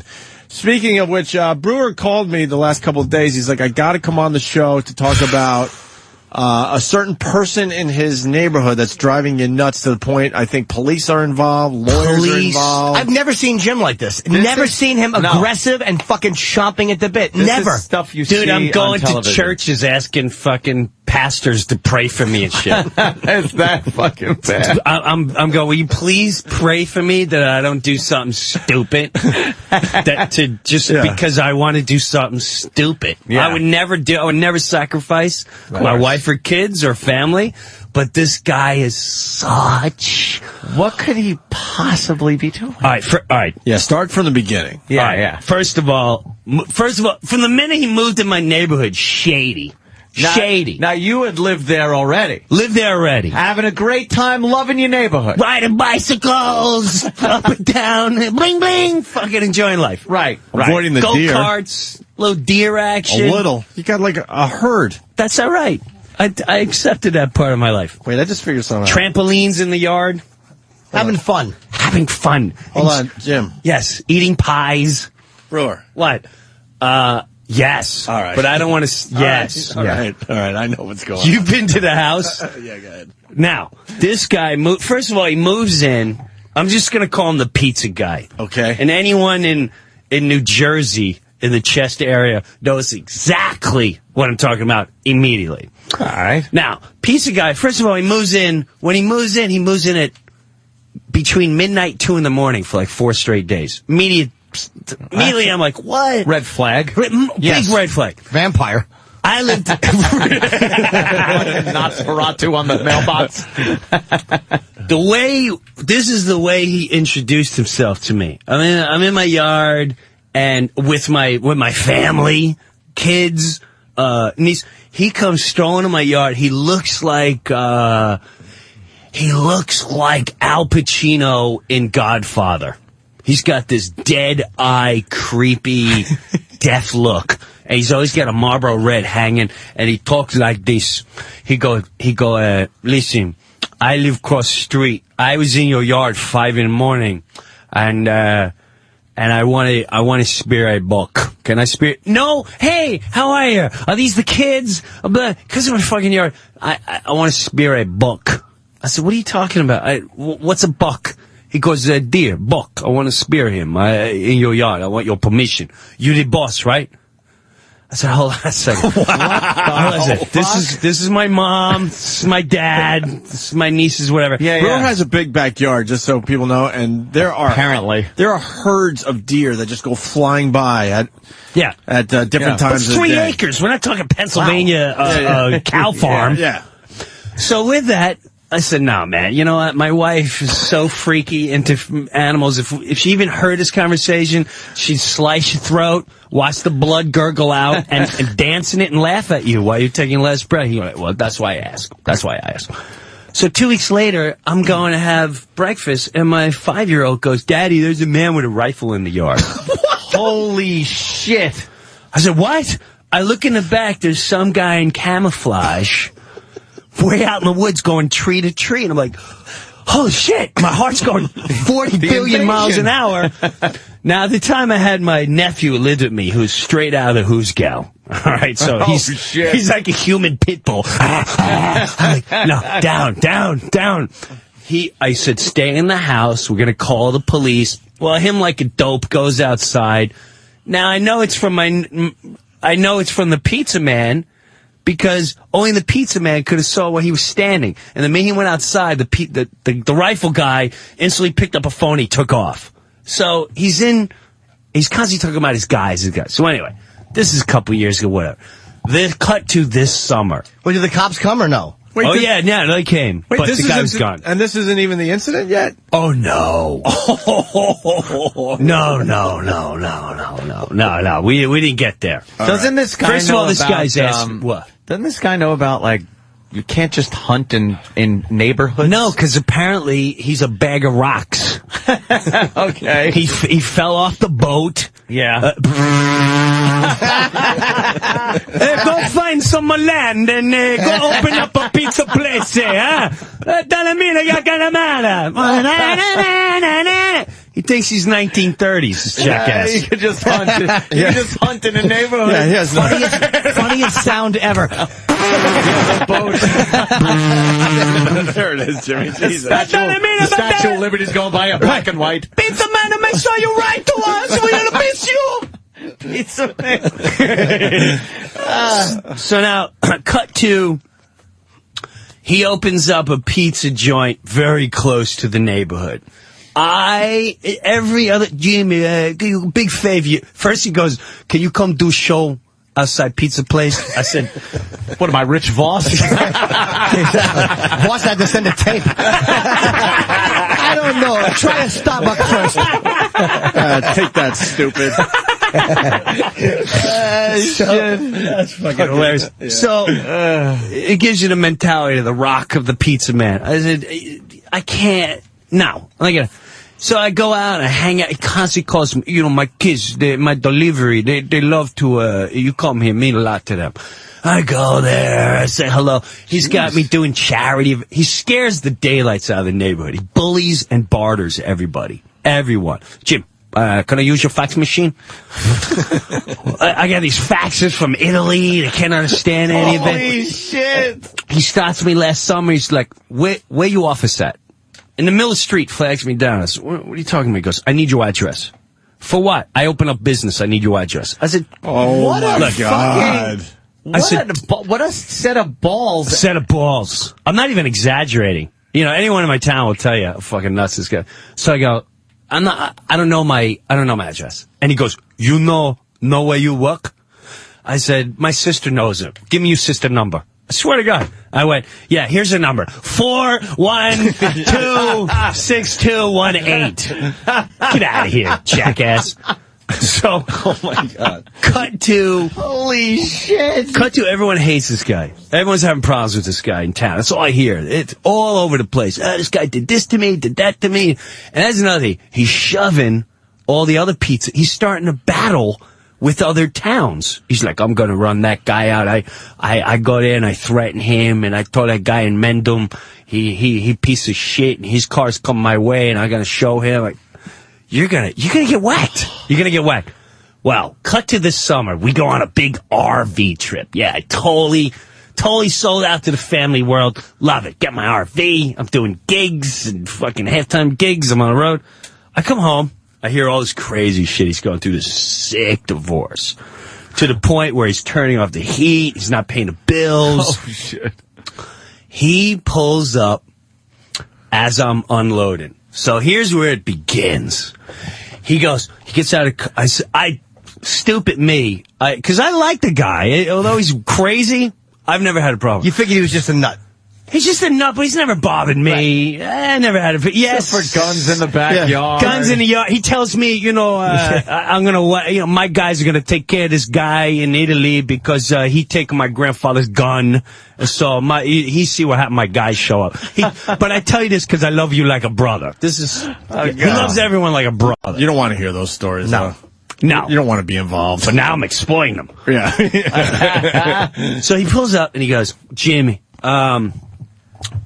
I put my hand on his heart, like, man, you need to talk. I hear all this. He looks like Scarface in the third act when he's sitting behind the desk and he's just, his face, he's mangled. I said, Joe, you all right, man? You all right? He gets out of the car, lights up his Marlboro Red, which he chain smokes. He's like, fuck her, man. Let me tell you something. He goes, I'm gonna bury my wife. You want the house? Take the house. You're gonna foreclose. I'm gonna leave it. I'm gonna take my son. I'm gonna bring him to Italy. She never see him no more. I don't give a shit. I don't give a shit. So he's going on and on and on about these horrible things he's going to do to the wife. Yeah, that's always nice to hear. Witness. So I'm like, you should think about the kids. He goes, I don't give a shit. She could have the kids. I don't give a shit. I take my son. I go to Italy. I make $5 million a year. I got 39 guys working for me. I got trucks. I got this. But at the end of the conversation, he goes, listen, Jimmy, don't take it personally, but she gonna get a letter, and the letter say, the kids, they're not come over the house. I said, what are you talking about? He goes, I don't want her to be able to bring children nowhere. I want her a slave. So I really don't know what he's talking about. So now, oh my God. Again, you don't know what he's talking about. I'm really not sure what he's talking about. And people are wondering if this pizza guy delivers pizza with cheese in the ring of the crust. Jackpot! Jackpot! Hence jackpot, right? Jackpot! Maybe that's what triggered it all. You're trying to take him out of business. See what the fuck? He saw the commercial and went, motherfucker. Who this guy Jimmy do the Pizza Hut? I had the idea of the cheese into the crust. I don't think there's a Pizza Hut in Jersey. Wait, we're getting to a really good part. Oh yeah. No, it's so good because he doesn't want his wife bringing the kids over to your house. He doesn't want. So now I hear the kids are kicked out of camp because someone, she can't have babysitters and all this just nightmare. Now I'm starting to hear all these guys in town call me on the road. They're like, Brewer, what's going on with you and the pizza guy? I said, what? You and the pizza guy? I said, what? What's going on? There's, we walk in the restaurant. He tells everyone you're a drug addict and that he's got a restraining order against you to keep away from the kids. Holy shit. Oh, are you kidding me? Please tell me you're kidding me. He's like, no. He goes, bro, I wouldn't care, but there were like a lot of there was customers in there and he didn't know. And he took it. This is how stupid he is. I did an article to start my new tour, and the tour was like, yeah, I used to smoke pot, but now I'm a family guy, and I don't even curse on stage, bring your wife, and it's gonna be great. So he takes that, he goes, Jimmy do drugs.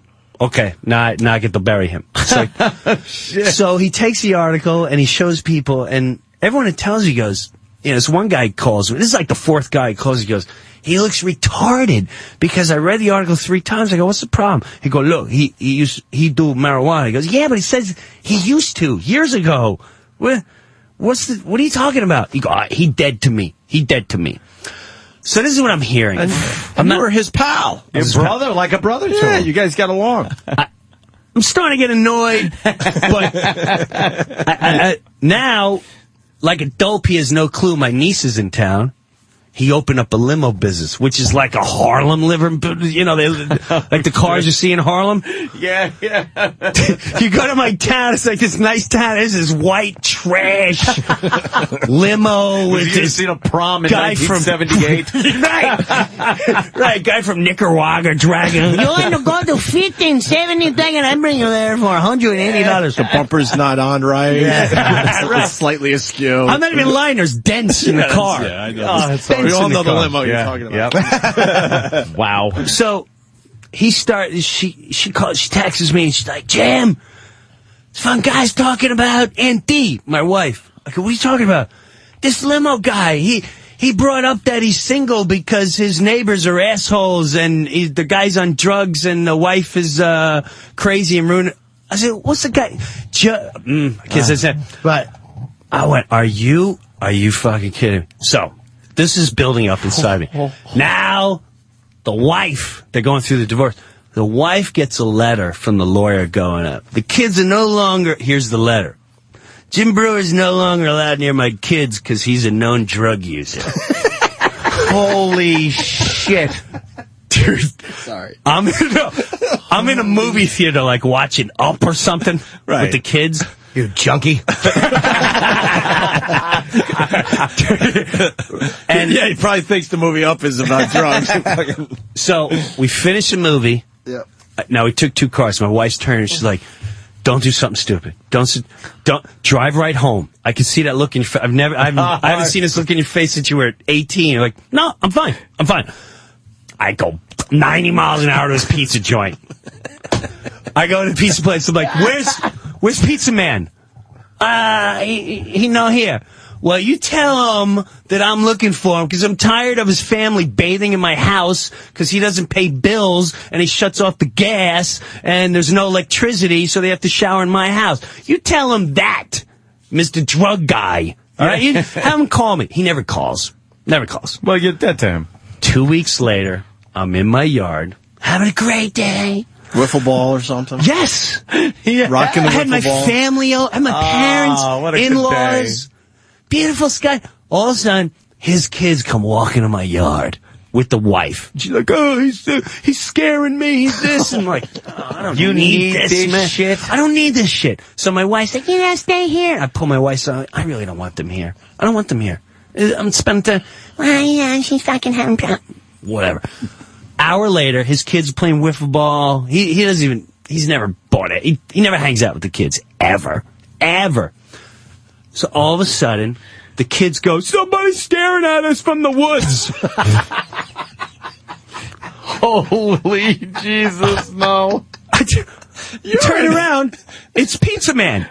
He's in the neighbor's yard, spying. So now this is like Pizza Man. This is like a bad crazy, movie, man. This is like a horrendous horror movie. So Pizza Man is in the next yard spying on my family and his kids.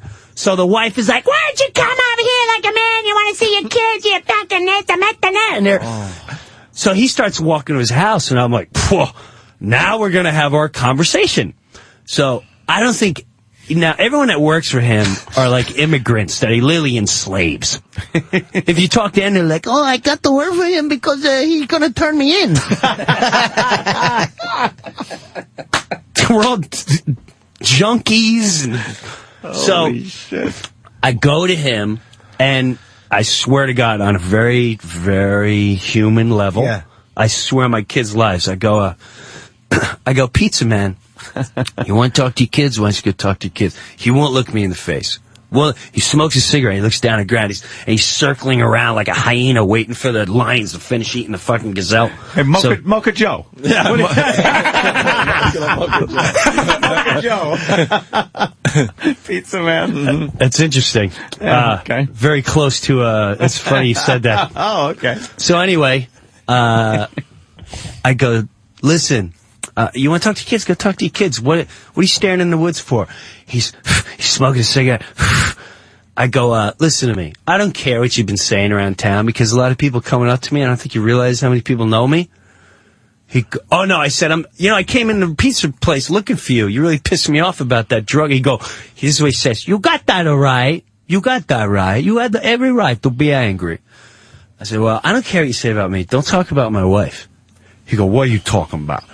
Now, he's not supposed to have a limo business because his papers aren't done. He's not supposed to collect money. Oh, shit. So I said, "My niece was in the car when you drove her." He went ballistic. "I never drive in the fucking car!"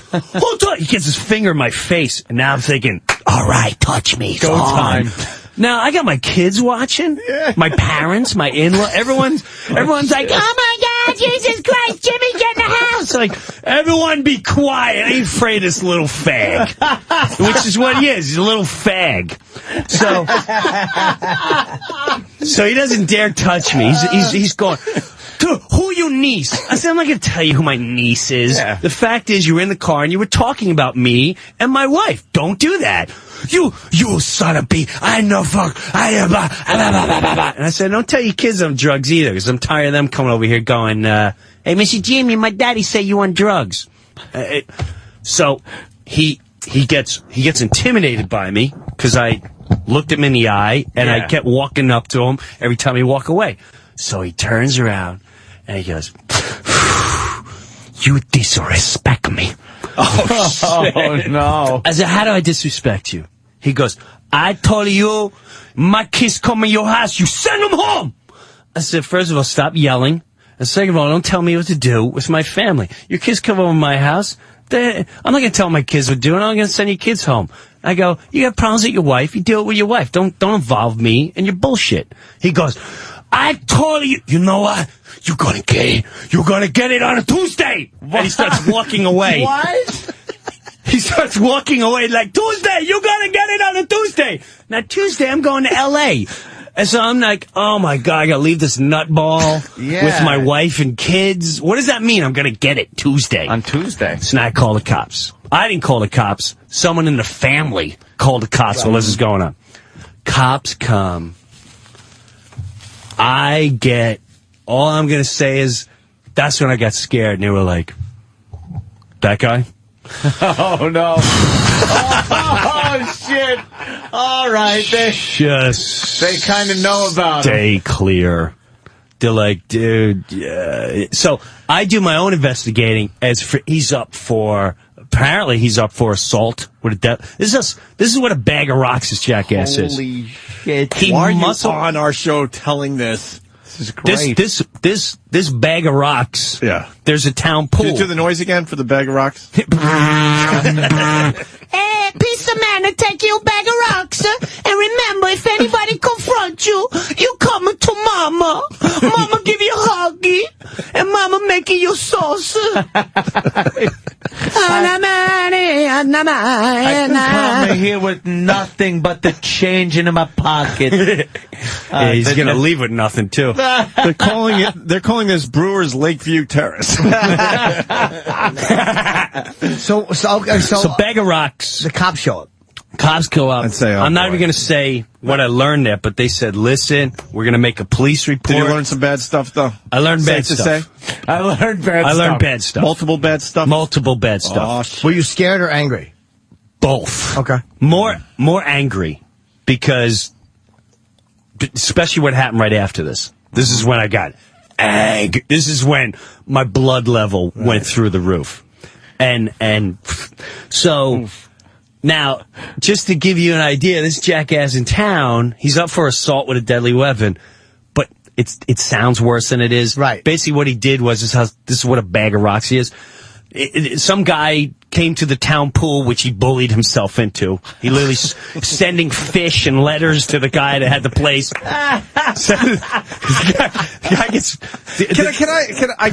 gotta help. This doesn't need help, but I've been to Brewer's house in his neighborhood. This is like the most peaceful. Beyond peaceful. It's like the epitome of suburbia. This is what I got worried about too. Yes. You got this guy just threatening everybody. We live in a place, he had about 50 trees in front of his house. I used to walk out and stare at woods and trees and chop down every... That's what I heard for 3 straight weeks. He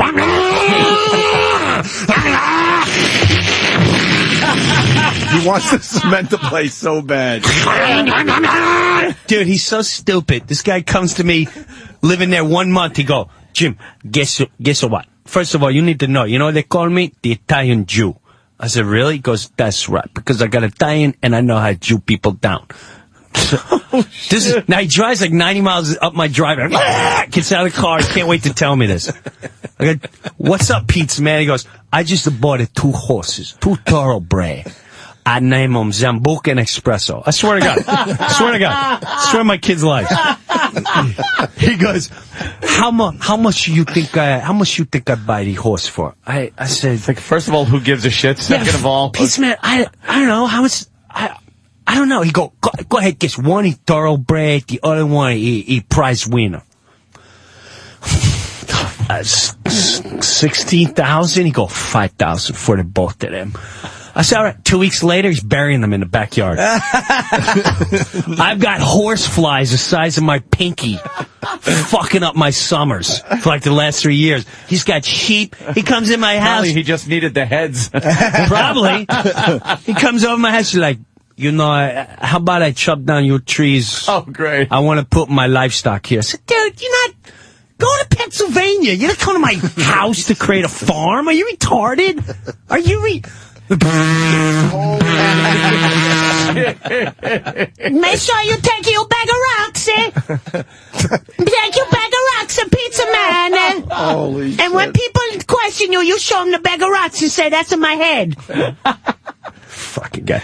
All right, so the pool. The pool, he spooks a guy out. So this guy at the pool... Holy now, shit. this is all public record, so I don't mind talking about it. You can go and check out any police report on him. Mm-hmm.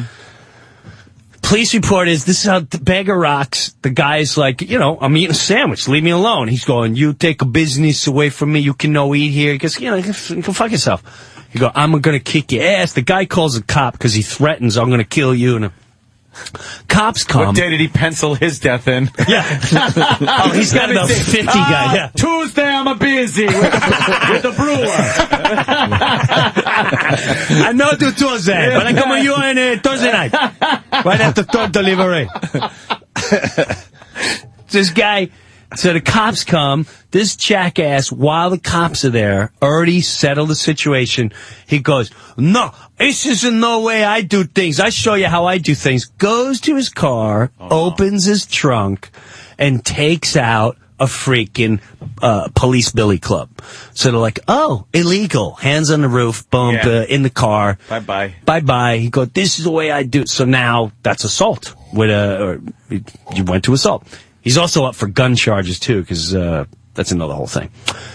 So, cut to later that night, after the cops go, is that the next? Yes. Okay. So now I got to leave the next day to L.A. and I'm a little worried. And they said, we're going to be in your driveway. Don't worry about it. He comes down here. He drives a mile over the limit. Don't worry about it. Now every day his goons drive up and down my neighborhood. Every freaking day. They steal her mail. It's jackasses. Holy yeah, I've had federal agents call my house. This gets good. Oh my God. So now 11:30 at night. 11:30 at night. My door knocks. Bum, bum, bum, bum, bum. Like, what the fuck? Open the door. It's the cops. The guy's got this face like, I am so sorry. What the fuck? I said, what's the matter? His wife was so scared because of his menacing. We watch him in the middle of the night. He'd go knock on the window and just stand outside the window like Cape Fear. Lunatic. And just lunatic. Just to control. He's a sick control freak. Never touched her, but he's sick control. He wants to control you. Mind control. Jimmy, you know all about that. Secret societies. Next on my program, it's Jim's neighbor, the Pizza Man. Now, Pizza Man, this is a conspiracy. Well, this is what the cops say. You can't make this shit up. The cop goes, Jim, we apologize. Lieutenant said I have to come here because he legally called. I have to make sure his children are not being kidnapped. Holy mother of fuck. But that's the moment I knew he was a bitch. What a little bitch. Yeah. To call the cops to now you're a bitch. You just put your dress on and you pierced you're a bitch. You're now officially, I'm going to send you some makeup. Yeah. So now he's like, I'm going to call the cops on you now. So he sends the cops to my house to harass me and my family. And so I go, you're kidding me, right? And he goes, he laughs. He's like, no, I'm not kidding. I go, I said, why don't you talk to his wife? His wife is right here. She's scared to go home. And he's like, I don't need to come in. He's like, I just want to let you know he called and legally I had to come here. Next time we'll call on the phone. I said, all right, now it's okay. This better end right here. This better end right here. So what happens? She's now going away. The wife is going away. Now, granted, he doesn't pay one bill. Now he's driving around a white Mercedes all over town. He's got like 10 cars. He won't pay a bill for his kids or his wife. Right. He wants to put them in a gutter. Now all of a sudden, the wife gives us, like, I'm going away. He steals my freaking bills, which he does. I see him go there and pick up his mail every day. He's got a court order now that says he's not allowed to pick up the mail. He's not allowed to go to the house without a police escort. He breaks it every day. Goes there, takes the mail, blah, blah, blah. Goes there. So she asked my wife to pick up the mail. 4 days later, freaking Hi, this is Charlie from the Federal. Oh, no. Mail tampering. Yes. Oh, shit. And we have a police report saying Pizza Man is saying that, your wife's a suspect of stealing mail. Went, all right. Oh, Christ. So the cops go, again, you're a bitch. She's taking, that's some bitch shit. I'm sorry. Yeah. That's some bitch shit. You're not even a man anymore. You're a bitch. You're a baby. Well, you got a vagina. You disrespect him. Oh. Yeah. Yeah. Pruitt just goes, yeah. You're in hell, bro. You are fucking on fire pissed. Beyond on fire pissed. Tell. I know exactly where he walks at night. I know exactly who he's banging in town. Everyone knows who he's banging in town. Oh. Everyone knows everything about this jet. This is what made me feel better, though. I swear on my kids' lives, every human being I bump into goes, let me tell you something about that pizza guy. Everyone's got a story. So when someone does eventually do something to him, he's not going to know who. Because there's so many people. He's pissed off Mexicans. He's pissed off the community. He's pissed off every imaginable person in town he's had a run-in with. Yeah. And that made me go, all right, it's not just me. Yeah, it's not just you. I feel better. You know what mistake you made? Well, obviously, wrong place, wrong time, because you're pretty close proximity. Yes. But also getting involved in any way, shape, or form, with even helping. Yes, you're too nice of a guy. Correct, is what you did. Correct, and now look how that pays you. Look off. at how that pays me off. With with a Fed coming to your door. Fed coming to the door. And to quote Scarface, look at you now, you stupid fuck. Right. So now we get another. Well, the cops called and they're like, "Listen, we already called the federal agent. We talked." I said, "Well, fuck that.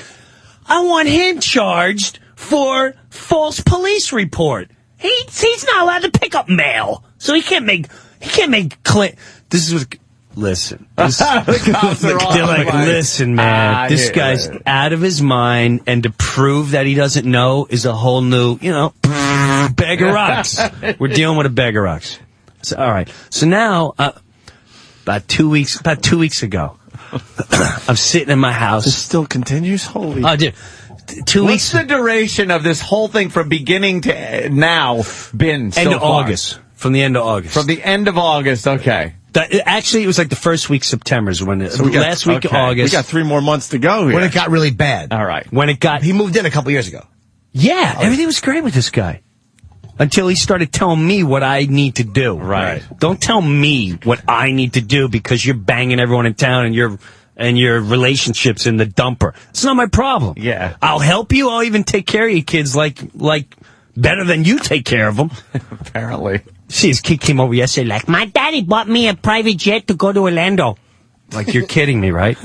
I said, oh, that's exciting. He's like, yeah, he's bringing my mama, and he say, you're going to steal me. Oh, that's nice talk. great. Your father's great. He taught me how to shoot gun. Oh, that's a good dad. Pizza Man's a good class citizen. Good class act, that guy, that pizza guy. So you smooth things over with the federal agents. Yeah, federal agents, no problem. Okay. Car drives by my neighborhood, pulls in my neighbor's yard, pulls all the way in the backyard. I know it's not Pizza Man's. I know it's not any of his guys that work for him. I call up the wife. I say, you expecting someone today? Someone just pulled in the neighborhood. Who pulled in my neighborhood? Call the police. I said, it doesn't look like a menacing car. Why don't I go check? I'm on the phone with the wife. I go, stay on the phone with me. I walk back. No one's in the car. And she has a barn in her backyard, a little barn like a garage. And there's just the door's shut. No one's back there. This a little odd. So I'm like, what? I go, let me give you the license plate, and then I'm going to call the police because I don't know where these people are. While I'm talking to her, the barn door opens. 2 of his guys are there. One's about 6'4". The other one's about 2'5". And the big guy goes, hey, how you doing? I said, good, everything cool? He goes, yeah, I'm just feeding the animals.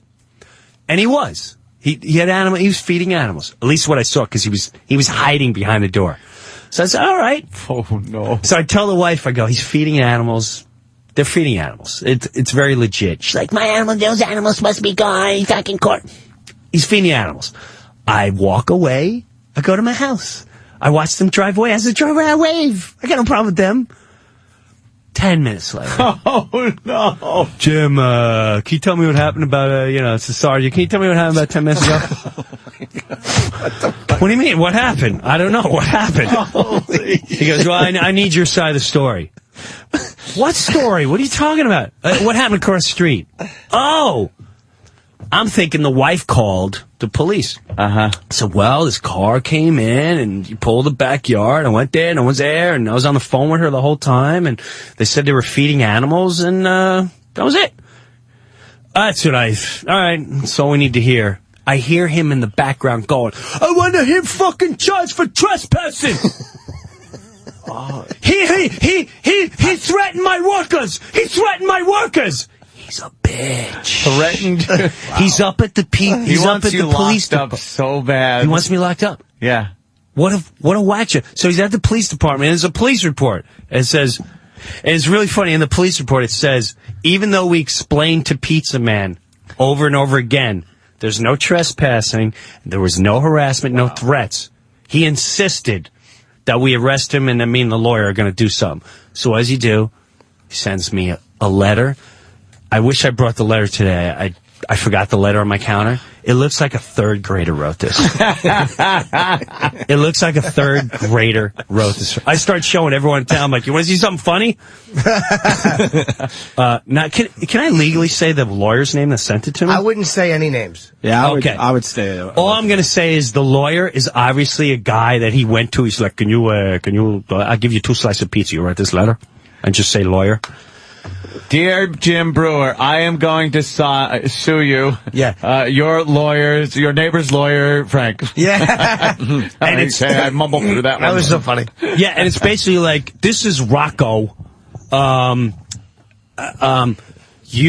client, Pizza Man, my client, Pizza Man, needs you to stop harassing his employees, and you need to stay away from his children. I understand there's a court order that says you're not allowed anywhere near his children, and you know you are going to reap the consequences. So today, I'm like, you know what? Now I gotta call the lawyer. Yeah, now you gotta fucking. So now I call the guy, and so we just launched our missile, and it came today. Now I can legally read my letter, right? Yeah, I just wouldn't say his name. Just don't say anything his name. No, I'm not going to say. So actually, now, Pizza Man. It says it on the. Bag of rocks. When we sent Pizza Man. Dude, I'm telling you, I showed this around town. I showed it to a lawyer, and the guy laughed, and he went, "This ain't a lawyer. This is a jackass." Yeah. And so when we found out, my lawyer goes, he's listed under a real estate guy. He goes, he's technically a lawyer. He is a lawyer, but he's like a meatball, this guy.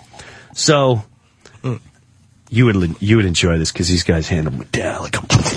Oh, I certainly would. Yeah, so this guy's a beast. Yeah. He's a beast. You got a real guy. A real lawyer. Yeah, so a beast of a lawyer. Even, I wish I had the wording. Going against the guy that's a part-time lawyer. My lawyer, he is such a good lawyer. I give him a tomato sauce. When you have barn animals, honey, baby, it's hard to convince me that you're feeding them. I love that term for a good lawyer, too, a beast. Yeah. He's a beast. So here's where we're at in the battle royale. And you know what? At the end of the day, I wanted nothing to do with this. Right. And this jackass just keeps pulling me in. You got forced into this whole situation. I got forced into this nonsense. Yes. So, here, I'll read the letter. Ready? Here we go. Dear Mr. Jerkoff, we represent Jim Brewer and are responding to your letter of whatever the date.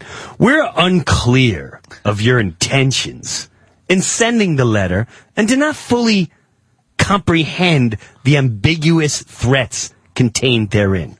In order to assist us in advising our client, please provide us with copies of any court orders served upon Mr. Brewer, which in any way purport. I don't even know what that word is. Purport. I think maybe further The cause of or further the thought of, that's just a guess. Thank you, Jim. I could be totally wrong. No, I Like think you're show. right. Purport. Show, thank you. But if they show, Yes. that's Correct. Yeah. That purport to restrict his activities. While your client appears to be going through a difficult divorce, I'm unaware of any orders, ordinances, or restrictions upon Mr. Brewer's constitutional right to associate with anyone, including his neighbor, your wife, which I won't say the name, which I know right now his blood is boiling. Pizza woman. While Mr. Brewer would rather not be drawn into the marital hostilities, your client's apparent paranoia and actions including verbal and physical threats, trespassing, spying, and assaulting behavior have required frequent police intervention and caused great concern with the Brewer family. Unless the court orders cure my ignorance of any applicable fees, we see no choice but to retain local counsel in order to obtain injunctive relief against Mr. Pizza Man, continuing harassment and threats towards Mr. Brewer. What does injunctive relief mean? It's not good. It's basically, it says, good, no. this is the streetwise. One more fucking letter. With this if you fucking threaten my guy one more time, in the fucking oven you go. Okay. In the oven you go. In the oven. You hear me? One more phone call, one more. In the oven you go. So that was to his lawyer. That's his lawyer and to him. Good. Because the lawyer will understand, even if he's not a legit lawyer, or He'll a good understand. lawyer, he'll understand the awful implications of that. yeah. It's going to try to. And my lawyer actually tried to. He's like, Jim, do you really want to pursue this? I went, yeah. Yeah. Yeah, at that Because point, it doesn't end here. Now you're pissed. Yeah. It doesn't end. It's not going to end here. No. It's going to be one day where I'm playing in the yard and his kid touches my grass, and I got to worry about this fucking wacko Right. Yeah, exactly. doing something stupid. No, I want him. Everything I could do. Full blown assault.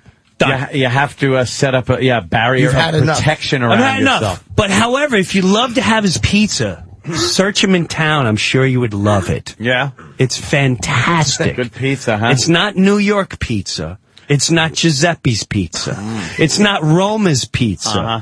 It's not, let's see, Roma, New York pizza, Napoli. It's not Napoli. Not Giuseppe's. But if there's another pizza place somewhere around, which was, I believe, voted like Wow. yeah, voted number one in the county by his best friend that he paid off. So yeah, that's the world I've been in. That's a great story. And while I'm doing that, I bring my dad to get some relief. Yeah. Who's 86. I bring him to I'm like, let me get my dad out, a little family time. I'm sitting there, in 15 minutes, these guys come over to talk to my dad, and I say, I got a World War II hat on, and blah, blah, we want to take you out, and da-da-da, and, where I've been here, blah, blah, and they're like, yeah, we want to take you to Atlantic City, get something good to eat. What do you like eating? Cunt. Oh, He said that. yeah, the lady behind, that is it. Wait, you got the That name? is it. Yeah. That is it. Somebody had it. Somebody just a few popped people it had right. Somebody popped it right up on the board there. So feel free to go there and have great conversation with him to know that, and ask him like, hey, how's it going with the bills and your new private jet that you're burying your children with? Isn't that nice? Isn't he a nice class act citizen, this guy? That's Jesus, great. That is a great story, Dr. man. Steve, by the way, this guy knows everything. Injunctive relief, gaining satisfaction through legal means, i.e. by injunction, which is kind of what we assume. Thank you, Steve. So anyway, all that leads to I'm playing Albany. Oh. Gotta pay those lawyers now. Oh, you're playing the... Wow, I feel better. I feel like I went to therapy. That's awesome. The Hart Theater at the Egg in Albany, December... Tomorrow and Saturday. Oh, tomorrow's Friday already? It How is. did Oh, my that happen? God. How the fuck did that happen? It's www.theegg.org. And Saturday the 5th... I'm not... Yeah, Is that sorry. wrong? No, that's right. But for some reason, my web... Yeah, all right, that's right, Jim. Well, how come the same date? No, that's right. Doing a double? What?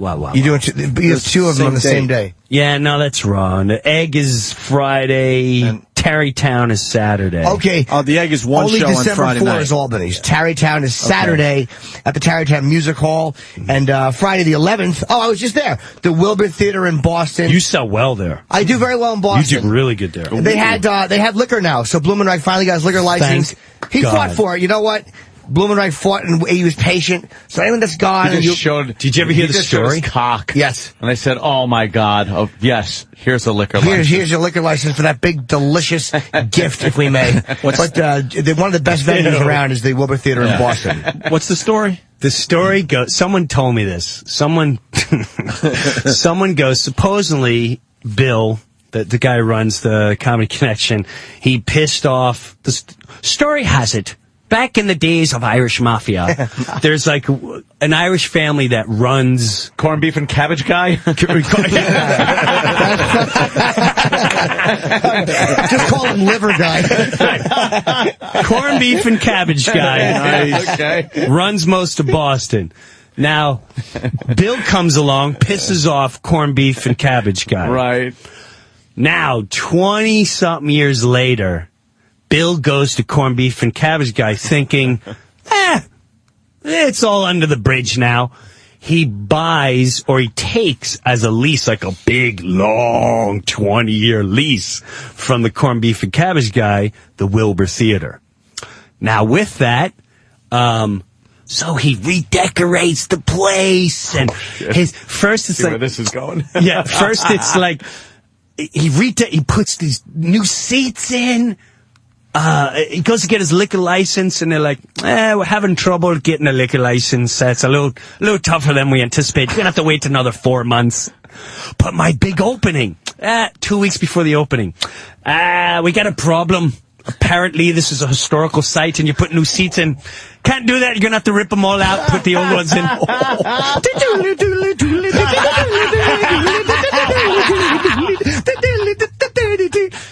I mean, it was one thing. It just busted one. How are you, Bill? Listen, I know you have your big grand opening and you got little Jimmy Norton coming up there, but we have a little problem. You're only going to be allowed to serve Twix. And it's going to be standing room only.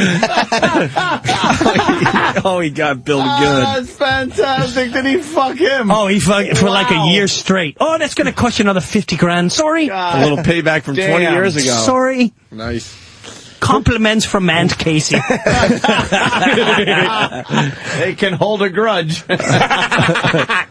Oh, yeah. Who is funnier than fucking Jim Brewer, man? God, Brewer fucking funny, You guys are. Jim, you are a funny fucking guy, man. You don't understand what you just did. Holy shit, We can dude. now leave early for the next, 3 years. Yeah, we got new Jim We Brewer have a material. new Jim Brewer we can bit. sneak out early. Where we can leave early. Brewer, I can't tell a Let him in on our story. bit. Literally, if I had made it out of the The insiders know 91st the floor on 9/11, nobody would want to hear my story. Brewer is amazing. That was an hour. I am in awe. You could tell when we did it with the Colin Quinn show and Jim was the fucking guest. He just sat there like a bunch of little girls and listened to him tell stories. You're the fucking best storyteller I've ever. Is. Louis C.K. is right behind you, but I would say you're even better than Louis. You're the best storyteller I've ever That's a met. compliment. Very compelling. That's a biggie. Holy I like shit, that dude. shit. Absolutely. That was an hour. It's Long Just Island. Great radio. It is. It's Long Island Street fucking Corner talking. It's all it amazing. That is. shit, you're right. That's you all got? it is. You got your coat on? You leaving us? No, this is where I hang. In case it snows. It's a bulletproof vest. We got to take a break, take leaks, get coffee, all that shit. So, and Jimmy's playing Caroline starting tonight, right, Jimmy? Tonight through Sunday, I promised to give away tickets. So any show but the first show Saturday, I'll give away 2 pairs of tickets. Just call in if you live in New York and ask for whichever show you want. We'll get you a pair of tickets. Yeah, we'll give it to a random caller. Yeah, right first now. two callers. Numbers on First the two pad, callers. Dave. First two? All right, that's Yeah. how we do that. All right, Brewer's going to hang with us for the rest of the show. Stay there. Opie and Anthony.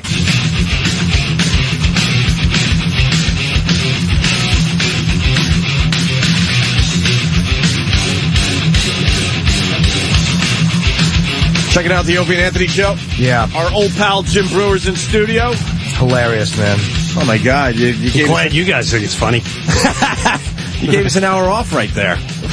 I just saved myself $100 from going to therapy. Yeah, right. It's good. It really is like fucking just vomiting, right? It really is. And it was just even talking to you, Jimbo, it's like, he's just trying to set up a trap to rile you up and come in there. Because right now you got him, but you do something dumb, it turns around fast. Ever do something dumb. Ever. Even like just going there to yell at him is like, never. You won. You won, man. Yeah. Stay away. It's over. Show's over. Let him And I can't wait to see the movie because that's a great movie, man. Whenever you get a letter with injunctive relief in it, you're like, fuck. Good boy. How do I deal with this? Yeah, his lawyer's got to fucking Google injunctive relief. Right. Horrible legal term that is. That just sucks. How's your gigs? You doing the Stress Factory too? I know we were plugging that. I'm going to do it next week or Tuesday night or something, right? Are you doing on Monday or Tuesday? You doing like a weeknight? Yeah, I'm going to do a weeknight. Oh, cool. Yeah. Invite all the friends and all that. Oh, okay. The daughter has like all these gymnastic, like, hey, can we ever come to a show? Yeah, right.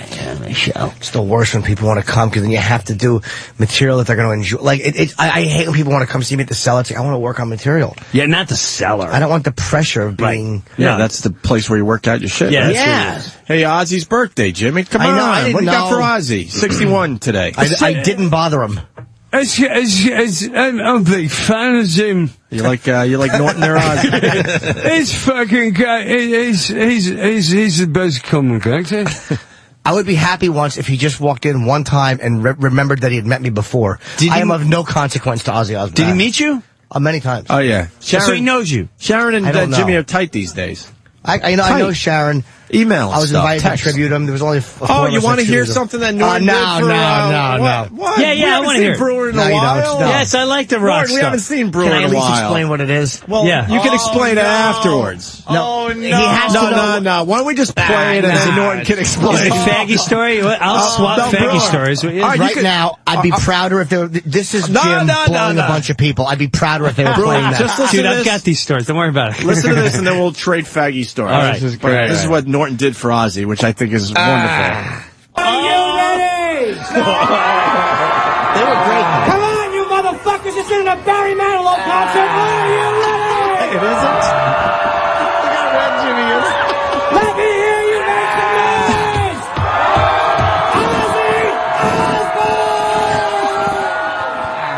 That was Jimmy's little dream come true. He got to actually I want to make sure Ozzy. that they were at the right concert. It's We can all awful. understand He that. got to intro Ozzy Osbourne, which is a childhood dream. And he did more than that. He informed the people.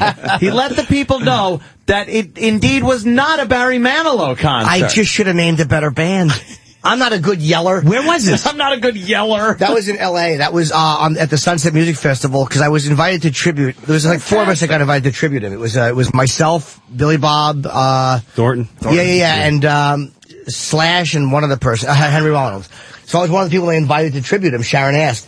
So the next night she invites me. Her and Ozzy called me in my hotel room. Come on. I fucking her and Ozzy are there, and I'm chatting with them, and she invites me to the show. And when I'm there, she goes, "Would you like to bring Ozzy on?" There's no interest because it was out in the middle of the street.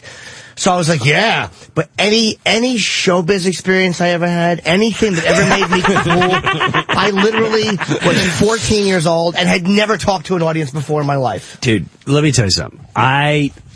It's a VH1 Rock Honors, and they said, we'd like to be part of it. I said, only if I get to introduce Judas Priest. I brought it back to my basement. I had a denim jacket painted with Priest on the back. I started practicing all the screams.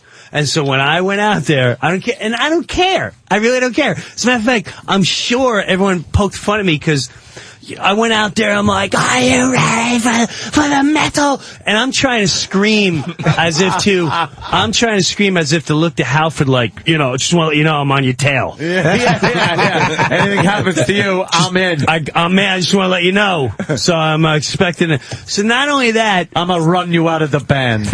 Now, you've been to these events where I'm sure you didn't go in the crowd. I'm sure you stayed on the stage. Yes. Like that's what celebrities do. When Priest was playing, what do? Everyone's standing there watching on the side, and Kiss is there, whoever's there. I went into the audience and started my own little air guitar thing with like 3 or 4 fans, and I had a messed up neck and I started people looking at me like, really, Jim Brewer, You fucking air guitaring to breaking the law next to a 14-year-old? It is amazing, though, how anything you've learned when you're around idols, any cool you've learned in the business, gone. Out the woods. Out the fucking woods. Gone. Did you ever hear when I first met, first time I ever met Piazza? Huge psycho Met fan. I get to throw out the first pitch. So we got a bus, so I'm juiced up out of my mind. It's my birthday. I'm walking out now. At the time, I already met Lars, and Lars is like, dude, I'm pretty fucking sure that Mike Piazza is a big fucking fan. Whatever. So in my mind, I'm like, I'm gonna connect with Piazza. So you throw out the pitch, and then you go and you collect the ball, and you have an exchange. So I'll never forget the whole time. I'm like, what am I gonna say to Mike Piazza? Well, he's gonna remember Jim Brewer forever. So I go walk him up to him. I go, Lars Ulrich says hello, man. And he just like gave me the ball and looked at me like, what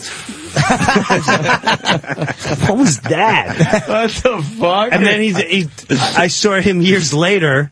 Funny, at a Priest concert. Was you there? No. Was you at the Eddie Trunk thing? Oh, yeah, backstage. It wasn't Priest. It was, No, I was at the Priest one. Okay, no. When they played like Hard Rock or something like that. Somebody introduced me to Mike backstage at the Hard Rock. I was there with you, Jimmy. Was Mike that could have been Priest? nicer, man. I He could was have the sworn you coolest guys guy. were there. Yeah, and Black Sabbath was supposed to definitely come.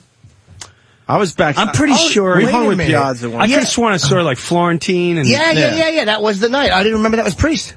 I thought it was Motley Crue. Yeah, Motley Crue was there one night. This was a different night. Doesn't matter. Okay. And I saw. Oh, I do. It was Priest. I'm sorry. Yes, I remember Halford. That was the first time I saw. Yeah, Eddie Trunk. It was the 25th anniversary of Trunk. Yes, Eddie, the metal. Yes, yes. This is a great song. Come from the British Steel, which was weird. He didn't have his leather on. He just had like California shorts on. And I remember seeing Piazza. I'm like, do you remember that night? He's like, yeah, that was the most awkward thing anyone's ever told me. Oh, shit. Oh, man. But we lose our minds when certain circumstances, certain guys like that. There's no such thing. I couldn't do it cool. I didn't even think about being cool. I wasn't worried. I was just... No, you're a fan. It's fucking a bitch. I was a bitch. And happy to be so. Why not? But you have to hear it after and you're like, oh, boy.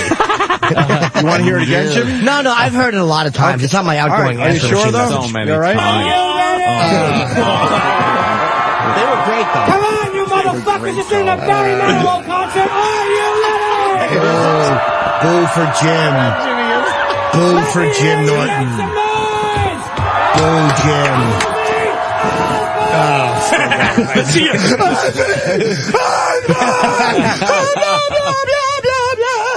Yeah, why do you feel so compelled to just yell because it like that? Because the crowd, if you could hear it on the iPhone recording I have, you should hear how loud it was from the stage. It's like you really do feel like you have to yell.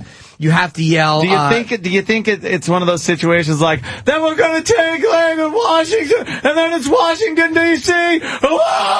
I don't know. You just don't hear yourself. As comedians, you're not used to yelling over that kind of fucking noise. Hold on. I think I may even have the iPhone version. I don't know where it is. Oh. And you're a little out of your element, so you're trying to be accepted by that crowd. Yes. Even though you know they kind of know you. Dude, we have some incredibly douchey stage moments. Hold on. Just, thank God they're not recorded.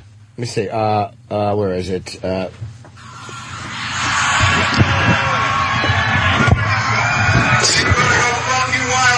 That's Ozzy talking. That's Ozzy.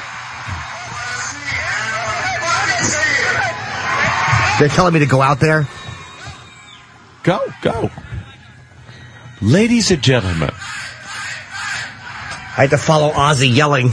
Yeah. You can't hear it. Oh,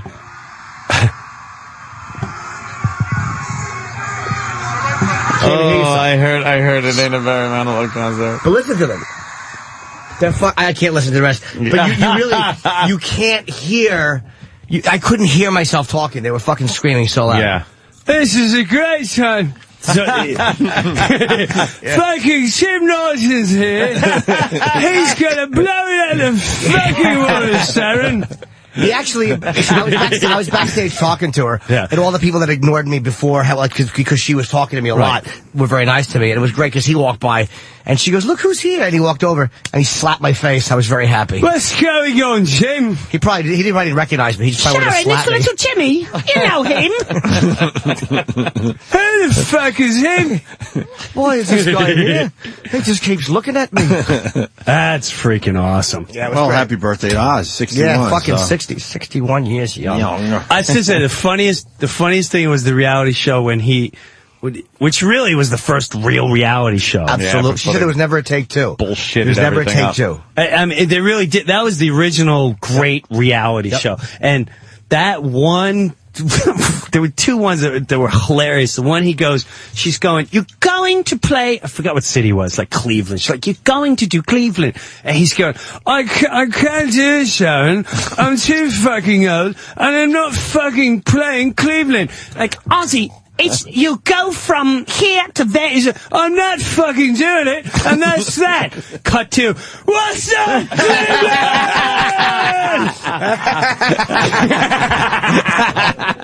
I was like, this is the greatest show ever. She is apparently very, because I've never had anything but nice interactions with her. She's been so sweet. Because she knows, dying to meet her. You know that Sharon? Well, that's an easy. If you love Ozzy, she loves you. Yep. But man, I heard if you're on the wrong end of her, she is a motherfucker. They're terrified of her. Everyone's terrified of her, and I've never seen anything but a nice. But that's what I like about her, because that's, at the end of the day, that's her husband. Yep. Hey, it's not Ozzy and her, that's her husband. Yeah. I love that stuff. I love when someone's vicious like that. She's fucking... Did you say something about my husband? She's great. We got her in trouble because she was here and she was talking about Susan Boyle. She punched her or something? Is that the... No, Susan Boyle. Oh, man, I mean, punched her the listeners have heard it, but you got to see this. Get the Sharon Osbourne. She went after Susan Boyle. She was just being very Susan honest. Boyle? I don't know. Oh, she's that singer. She was on Britain's Got Talent. She's Enough said. Big fat ugly lady. Enough said. Got Talent done. She's a good singer, but she's homely. Okay. She's remarkable. Oh, the curly hair? The monster. that mess. Yes, Gene Stapleton. Yeah, that one. Okay. Yeah, further down. Right there. There you go. This was classic. This great picture of Susan Boyle smiling, looking like a slapped ass. Right Slapped ass. Yeah, that really is a great shot. What a great line. That's a great line. Oh, man. Do you love Susan Boyle? I mean, do you feel like she helped the show or not, or you not love her? Do you happy that she's succeeding? Oh, I'm happy that I like everybody to do well, and even someone that looks like a slapped ass. It's like, God bless her. You go, girl. She Holy a hairy arsehole.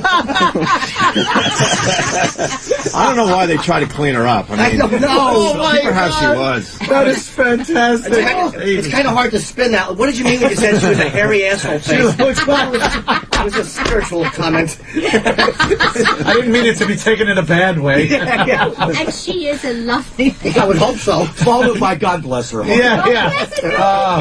just want to say God bless, and here's a Gillette razor. I never noticed that she had facial hair. Oh my God, she's fuzzy. I get past the slap I couldn't get past the fucking Gene Wilder wig. Oh shit! God bless her heart. God bless her. But we love her. Yeah. All that, but she's terrific. Out of price. Wow. God doesn't give everyone everything. Absolutely. Yeah. But he gave her the talent. He certainly did. Yes, he did. Really shortchanged her on the rest of it. With the fucking ugly. There you go. Who's the long hair dude? That's Brett Michaels. That's what I thought it was. She's having a ball. Brett does our show. Yeah. He's a great guest. She's a lot of fun. She's attractive. She fucking, for 61 or 60 years old, she looks good. She's had work. She's what? She's as old as Ozzy, I guess? Or maybe she's in her late 50s. I could be wrong. I'm just saying they're in the same range. Sure. She might be younger. She might be 55. I'm not sure. Yeah, she had a lot of work done, but I mean, yeah. Did you meet, well, yeah, obviously you met Kelly then. Yeah, the only one I haven't met is Jack. I've only met Kelly once, and that was when we interviewed her in 2001, right after Sharon announced she had cancer. And it was like 2002, I think. Right. So Down in don't Philly, ask her right? about that. Yep. But I don't think Sharon would like me because I got to talk to Kelly for a very brief moment, and she said, "You know, do you remember the episode where on the Osbournes where Jack, where she was going, I don't want you watching that stuff. It was half baked." Oh no! Oh really? Yes. Oh no, she probably loved So it. he was going through something, and she's like, she really did not like that film in our home. It's just because it was the drugs and he was younger. She probably loved you. She wouldn't care. That sucks. I was like, I'm out. Yeah. No, not at all. She's Never gonna 57 get years into old. 57. Yeah, she looks great for 57. Absolutely. She looks phenomenal. Yeah. What else is going on? We did a lot of shit today, man. Did a lot of fucking I don't think shit. we missed. We got the misquote in the Daily News, and they said Richard Huff is. Are we getting him on the phone? Don't know. I mean, I had to Can go. we try to get Richard Huff on the phone? And Tiger's. I know Brewer doesn't done. do a lot of current events on his show, but Tiger's mistress, you know, the one that lawyered up. Yeah. She lied for Tiger. She was the reason that they started fighting because they were texting back and forth. And then Tiger's wife goes, "Who are you texting?" Grabbed the phone. Of course. Read the text and then called her. And during the yelling and screaming between the two, the phone ended up breaking. And one of the reasons why Tiger won't let the cops into the houses, all the latest info, we're told there was damage as a result of the altercation in the vestibule area of Tiger's home. Yeah. Damage that cannot be easily repaired, and that is why Tiger would not let police come in. I wonder if And they're having a press conference at 11:30. She's the first one that came out and said, no, it's all lies. Then she lawyered up. This Rachel girl. Jesus Christ, he was texting It's with his over. wife there. It's done. She ain't gonna leave him though. They said the judge said he could lose $300 million in a divorce. He's a billionaire. Me a bag of shells. He's a billionaire. That's not right. Easy go. That's not right. Dripping booze on the curb.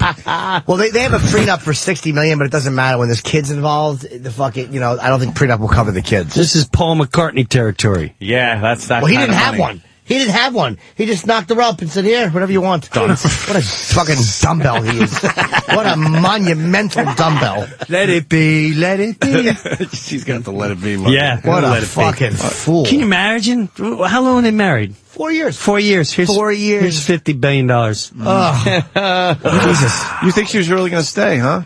I don't know. I mean, she must have been a great fuck wrapping that leg around him. I mean, she must have. No, I meant the Tiger thing. Oh, yes, I do. I think that he'll do is be a I don't culprit. know. Depends on how much more comes out. He's the greatest Like golfer on earth. She's going to stay. Unless there's stuff that we don't know about. Unless you take the whole, okay, well now, it's the whole, all right, let me take my shirt off. You may be the greatest golfer, but now it's time to exploit all your extra activities here and paint you as an asshole. So because all anyone knows him as is the smiley Wheaties, psst, psst, psst, there's Tiger. That's all you know him. So she's, who knows what's going, you piss off a model that's a mom to your children. It's who knows what kind of anger is going to come out of that. That's true, and she is probably humiliated. Humiliated. Now you can dude, it's on a level of family. Like, you let him exploit you like that. Yeah, how do you have family get-togethers after that? Right. It's easier It's when a gonna be man does it. It's going to be her family just giving everybody shit. Right. And the golfer that I told you not to marry a fucking... You know what I'm saying. So she's going to be dealing with that shit in her ear. Yes. And then the guy... In her ear. A fellow golfer that introduced Alon, is her name, right? Alon to Tiger? Yeah. Is his motherfucking Tiger Woods now. And they Well, used to he's be probably pals. jealous. They used to be pals. Listen. But he's like, look, man, now I'm embarrassed they ever fucking introduced them and all this shit. You don't understand. I'm just saying what he said. Well, this just, let's say we all hang out together and Jimmy's beyond a rock star, but we're all like, he's kind of this guy's a real fucking asshole. He's the pizza man. So the minute the pizza man is knocked down, now we all get to go, let me get a kick. It's just, get out of the way. it's the doors are wide. Yeah. You're going to see other golfers going, I didn't want to say nothing, but now it's my time. Jack Nicklaus, I told you I was the best. Who knows? Good point. It's just, That's it's never a very going to good end point. now. Should have never allowed him here at Bushwood. We said once you let one of them in. Dr. Beeper and I didn't want him in. Yeah. She'll stay. He'll do a mea culpa. He'll apologize to her. He's just a guy who was fucking some chicks. It's not like he just fucked a few chicks. I'm telling you. But now he lost all the women. Now the people that have to be associated with him. Like, you like Tiger Woods. Everyday marriage guy is somewhere in Iowa right now. It's like, turn off that Tiger Woods. After what he did to his wife and his children, you're not watching him. Yup. What do you like about him? He's a great golfer. I don't give a shit what he's great at. He's a fucking beast to his family. Click. George, can I come over to the house? You can't watch Tiger Woods now because your wife is harassing you. I say she leaves. I don't know, man. I don't even think all the info's out yet. Maybe not. I think this gets up. I am definitely looking at uglier the fucking, before it gets better. The ugliest man on earth is on Maury, by the way. What a horribly ugly. He looks like Florentine with Down syndrome. Fucking who is that guy? He's horrendous. It says he's a married man paying for sex. On Maury. Okay, so I stand corrected. I like him. There you go. But yeah, I don't think she's going to leave unless something comes out that's a bombshell. If it's only 2 or 3 broads he was banging. Oh, goodness. Look what he's buying, though. I know. I like that big fat ass. Oh, Christ. He's buying a mess. That is Big ass prostitute. Yeah. Looks like fucking James Gum. The golfer was Parnovic. Thank you. But he's the one that she worked as his nanny with her sister. Yeah, there was 2 of them. Well, I think they're twin sisters, right? Used to work for Parnovic as a nanny, and then Tiger goes, "Hey, you should say hi to my nanny." Rest is history. I say it's way over. The press conference is at 11:30, and I think it's going to be a really good one because now this broad has to say more stuff than the other broad said. Yeah, you're right. Or who gives a shit? I think it's going to be just like steroids. I told these guys before the show, I'm like, she comes out and says that she stuck a golf club in Tiger's hiney. Something really dirty. That would be great. That would be great. Let me show. Wait. You're going to have to phase this out, but let me take my shirt off. And she's going to have, like, red marks of where he clumped her. Be a fucking teeth print. Like, who was that fucking sports guy? Marv Albert. Right. Naughty boy. Naughty Marv. Dirty Marv. I love Marv Albert. Yeah, Marv was a class act, man. But yeah, I say she ain't leaving. But I'm usually wrong about this type of stuff. I really am pop culture ignorant. I think the reason she leaves because of what Brewer was saying. I mean, it's going to be all the people in her ear and her family. I don't know how big her family is. Superstar athlete. I'm telling you, she's going to walk away with plenty of money. Jordan's wife, did she leave? Didn't something come out about him? I don't remember. They're divorced. Kobe's wife stayed. Well, she's a dummy. But I'm saying a lot of them stay, man. An allegation of an athlete on that level fucking a couple of chicks, unless there was something so dirty we don't know it, I think most of those women might hate it but are somewhat prepared for it. He's got to come out with some I'm addicted to sex nonsense and go to rehab. Ian Halpern? Yeah, maybe. Yeah, he's got to go the David Duchovny route. He has to. Yeah. Duchovny's wife stayed, I think, didn't Michael Douglas's wife, as long as they fucking, signed something saying they weren't going to, they should give another chance, unless she's gotten caught before and we didn't know it. I'm babbling. I think she's had it, man. She was chasing him with that golf club, I think. The visuals. Oh, yeah. Oh, my God. It's just like that Kinnison bit. When Kinnison would go, I didn't hear the part. 2 weeks later, it's like, so, that girl, did you fuck her? Did you fuck her? Did you let her fuck her in the ass? Did you fuck her in the ass? That's going to be non-stop for the next couple of years. And there's no golf tournaments anytime soon. This is the end of the season. Yeah, so he's got to be home. He's got to be home for a good 2-3 months before it starts up again. Yeah, a few guys where it's like you just think, God, they stayed with him. Like, is Spitzer still with his wife? Spitzer's wife stayed. Hillary stayed. I'm telling you, there's something about a man as powerful as he is. He is arguably the best golfer ever. She's not fucking leaving a guy of that iconic McGreevy's status. wife didn't stay. That's a good point, but that's because his breath was bleaching. But New Ajax by McGreevy. But you're saying she's just a dummy then, right? No, I'm saying that what attracts someone like her to someone like him, a beautiful knockout, to a guy who's good looking, is the fact it's the power of who he is. Yeah. But What she about, could get and another I got him in powerful the guy that cage. might treat her better. Not like that. You know who else stayed? Fucking Kathy Lee stayed with Frank Gifford after that Heine sex fucking episode in the hotel room. And that was a situation where, you knew that motherfucker wasn't getting out of her sight for a second. A guy would dump a woman for fucking like that. I think a woman is more likely to dump a guy if he's fallen in love with somebody else. But just for fucking, I think they're more likely to I think you're tolerate. right. But you're right. A guy would dump her in a second because you can't have your friends looking at It's her. the falling in love thing, Jimbo. As long as it's just a little bit of sex, you'll have to hear shit. Because then they'll think like, I hate to piss off any girls, but they may think like, maybe I started getting boring, and he did try to do some things, the kids and were I always denied crying. it, and I was crying. I guess I take care of this house. I'm sorry, honey. That's why I didn't want to bother. I want to harass you. Yeah, I know. I didn't you're want to harass busy you. and you're tired, so I put my dick in that. Right, I didn't want to bother you. Right. I knew you were tired. Yeah. You guys want to know how much Jordan's divorce cost him? A lot. You want to guess? How much? It's not rocket. Sarah from Buffalo's got the number. $30,000. No, a lot more. It's not rocket money. What do you think? I'm going to 20 say million? 300 million. That's 168 million is the Oh, answer. wow. That's Which was nothing. the It's not rocket. the all-time most Nothing. costly celebrity divorce. I know back in Phil Collins 2006. has had some fucking high ones. Gee, what does he do to women? Phil Collins had a couple? Yeah, hasn't he? Fuck. Hasn't he had like 2 or 3? He can't drum anymore. That's why he started working at Disney. Yeah, He started writing all the Disney. I write all the songs. He had to get some Disney money. Get himself some Disney money. I need some benefits. Disney money. I can feel it coming in the air tonight. That's mine. That's mine now, you fuck. Imagine that. I've been waiting for the. No, you can't sing that anymore. Mine. Mine. I own the rights to that Thanks, bitch. Great. Unbelievable. Sue. I'll sue you if you play that fucking song again. You motherfucker. Ching, ching, ching. Here, go buy some new shoes. Go get something nice. Hey, how did De Niro treat you?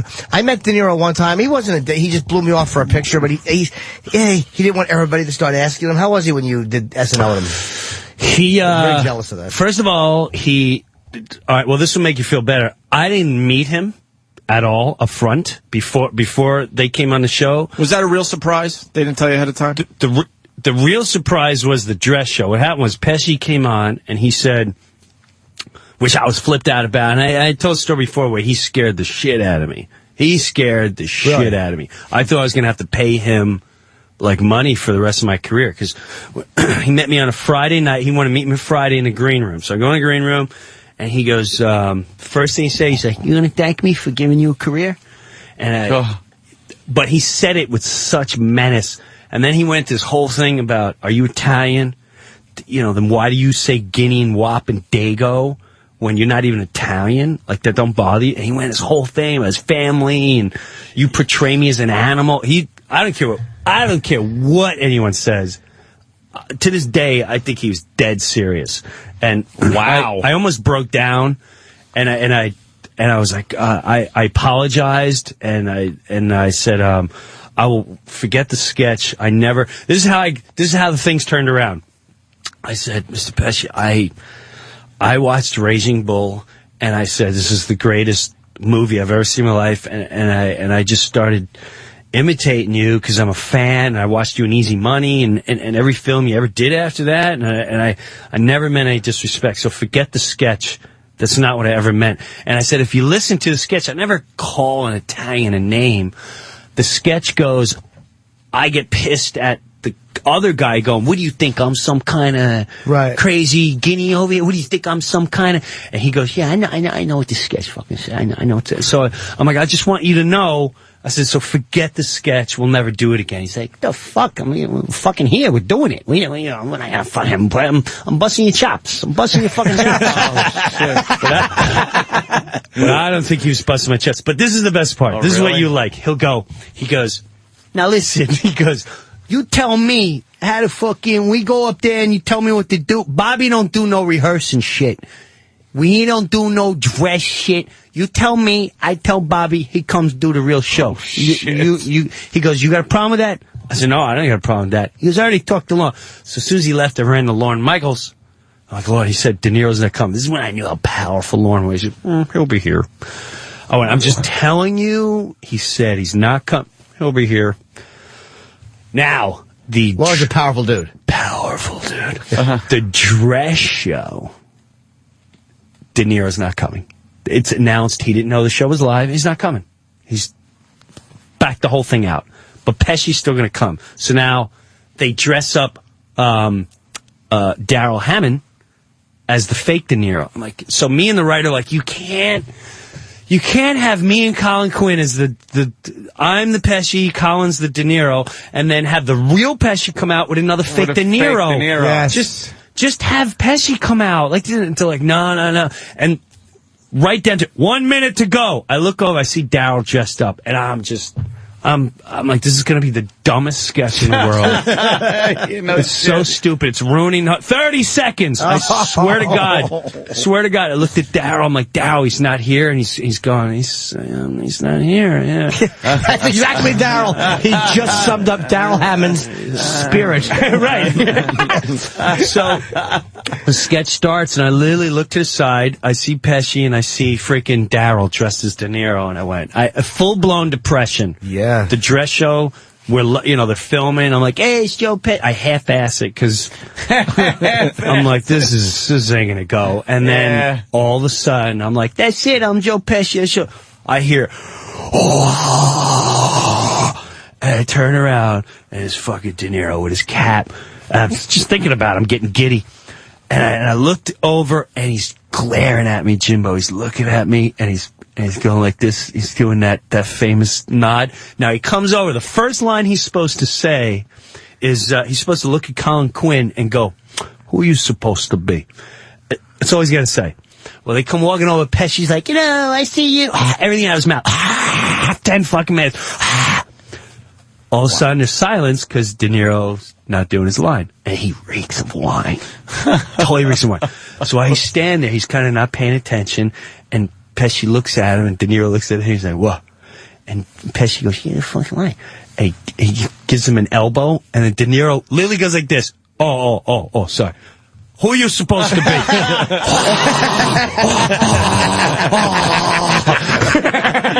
So now, when the real show, you'd appreciate this, when the real show started, right before it came out, you been to Saturday Night Live? I have, yeah. All right, so With you. Really? Yeah, you introduced me to Metallica. That's right. 97. That's right. So when the hallway's packed, it's usually packed with all these meatheads.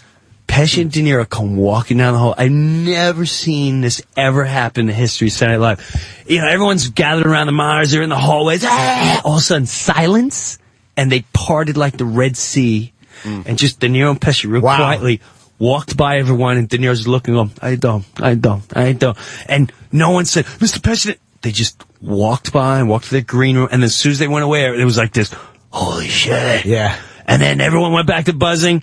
So the only time I got to meet him was when the show was over, the sketch was over, and Pesci said, Jimmy. Which every time you call me Jimmy, I'm like, you call me Jimmy. I'm going to be a Goodfellas part 2. He said, Jimmy, did you meet Bobby? He's dying to meet you. I went, oh my God. So I go meet him. I swear to God, I'm not doing a bit.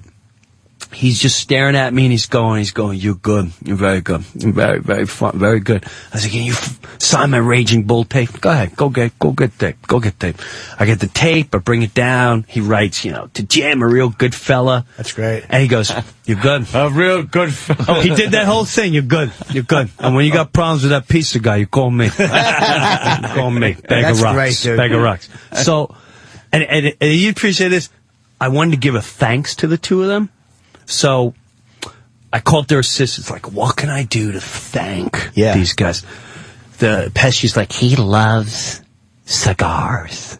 I know where he buys his cigars. I said, all right, I'll go there. I go there. I'm like, I'm looking for really good cigars. He's showing me the fucking counter stuff. He's like, who's it for? I went, Believe it or not, it's for Joe Pesci. Anyway, come back here. Oh, shit. Yeah, we got one. This is how stupid I am. I swear to God, I'm not even exaggerating this, and I accept being this dumb. I go back there, he shows me the box of Cuban, Cohagen, whatever, I don't know cigars. Good ones. Good ones. He takes the case out. I said, all right, well, how much does that cost? He's like, $6.50. I went, all right, let's do that. That's how stupid I am. I take out $10. Oh, no. No way. I slept down. He's like, you're really funny. Hey, comedian. And I go, well, how much is it? He's like, $650. I went, for the fucking cigars? $650. $650? He said, we went the whole box, like $1,000 for cigars? Holy shit. So I buy the freaking cigars. I don't know, you gotta purify them, whatever. I stick them in my fridge. Oh, no. You did. I swear to God. Ronnie B's crying A week later, they're peeling and shit, and I'm ready to send them out. My friend's like, dude, you can't send that shit to Pesci. You gotta buy a new box. I'm like, I'm not buying another box for $1,000. You fucking crazy? So I never sent him the thank you box. You bought I them spent and just fucking... And they died in my refrigerator. You killed a box of cigars. Cohibas, that's what they were. Yeah, Cohibas. Cohagens. Cohagens. That's great. With that, we're getting out of here, man. Fucking Brewer, thank you so much. Thanks for having me, guys. Amazing. Brewer is gonna. I got it, Jimmy. The Hart Theater at the Egg in Albany, New York, tonight. Tomorrow night, okay. And then Saturday, I'm sorry, because this is, we had to rework this. Saturday, Tarrytown Music Hall in Tarrytown, New York. And you can go to jimbrewer.com and Jim Brewer on Twitter and Jim Brewer on Facebook. I do Facebook. I'm not going to let me on there. You like the Facebook, huh? Love the Facebook. And Jimmy starts Caroline's tonight. Tonight through Saturday, it's an 8 o'clock show tonight. And Kansas City, I think, next week with Jim Florentine on Saturday. Hey, that's a good show. Oh, and I'll be on a Joy Behar show tonight. I don't know what time it is. Whoa! I want to see that. I don't know what time it is. I forget what time that's on. Headline News. All I know is I'm going to give it 110%. Yell at her. Why? I like Joy. She always defends comics. I like Joy. Yeah, she's a comedian. Comedians are always good. First. Comics will always defend other comics. Yes. But I'm just kind of we have our own law. Yeah. We have an undefined law, like as a respect of law. You know, but he raped her. Yeah, but he's funny. You know. You should get some of your comedy friends to take care of the pizza guy. Maybe you can get some of your comedy friends. You get your comedy friends. Maybe we could do benefit for him. I'll make amends benefit. Jim Brewer does not get that pie. It'll make him really full. He came along with his lazy eye and his Pesci impression. If you're just tuning in, Brewer told a story that went probably an hour, and it's some great phenomenal, great radio. Some great storytelling from Brewer. I got a note from Danny. If anyone wants to come to tonight's show, I have a pair of tickets to give away. Just call. They'll take care of you off air. All right, they'll take care of you off air. All right, good. And thank you. All right, we'll see you guys tomorrow for the Friday edition. Right. We got to start talking about the homeless shopping spree. Let's start talking about that some more tomorrow. But it's going down 3 weeks from today. Homeless shopping spree is back. A mall somewhere in Jersey. Way less than an hour's ride from New York City. So make plans now to join us for the homeless shopping spree 3 weeks from today. Afternoon drive. You want to do it, Brewer? When? I'll tell you, that's some great. That was the best of it. I think I remember the first one or the second. We're gonna blow this one out. I'm telling you. And you guys came back with more homeless people. Yeah, Sam, you got some of this? No, I just think it's 2 weeks from today. No. 17th. What? Yeah, 2 weeks. That's right. It's gonna be great. 2 weeks. That was the funniest thing. 2 weeks we got to figure this shit out. You guys went to Far Hills. We got it. Oh yeah, the fucking Far Hills, Short Hills, or whatever. And Short Hills, and it worked against because everyone's listening, and everyone was giving everything to them, and then you guys sent let's say 20 guys there, and then 22 came back. Yeah. They picked up homeless friends. We got 2 weeks to figure this shit out. Yes, we do. We don't have bum number one. You hear His back is on TV. We'll figure it all out. Homeless shopping spree 2 weeks from today. Doing it in an afternoon drive, so make plans now to join us. It's gonna be a big one this time around. All right, guys. See you tomorrow.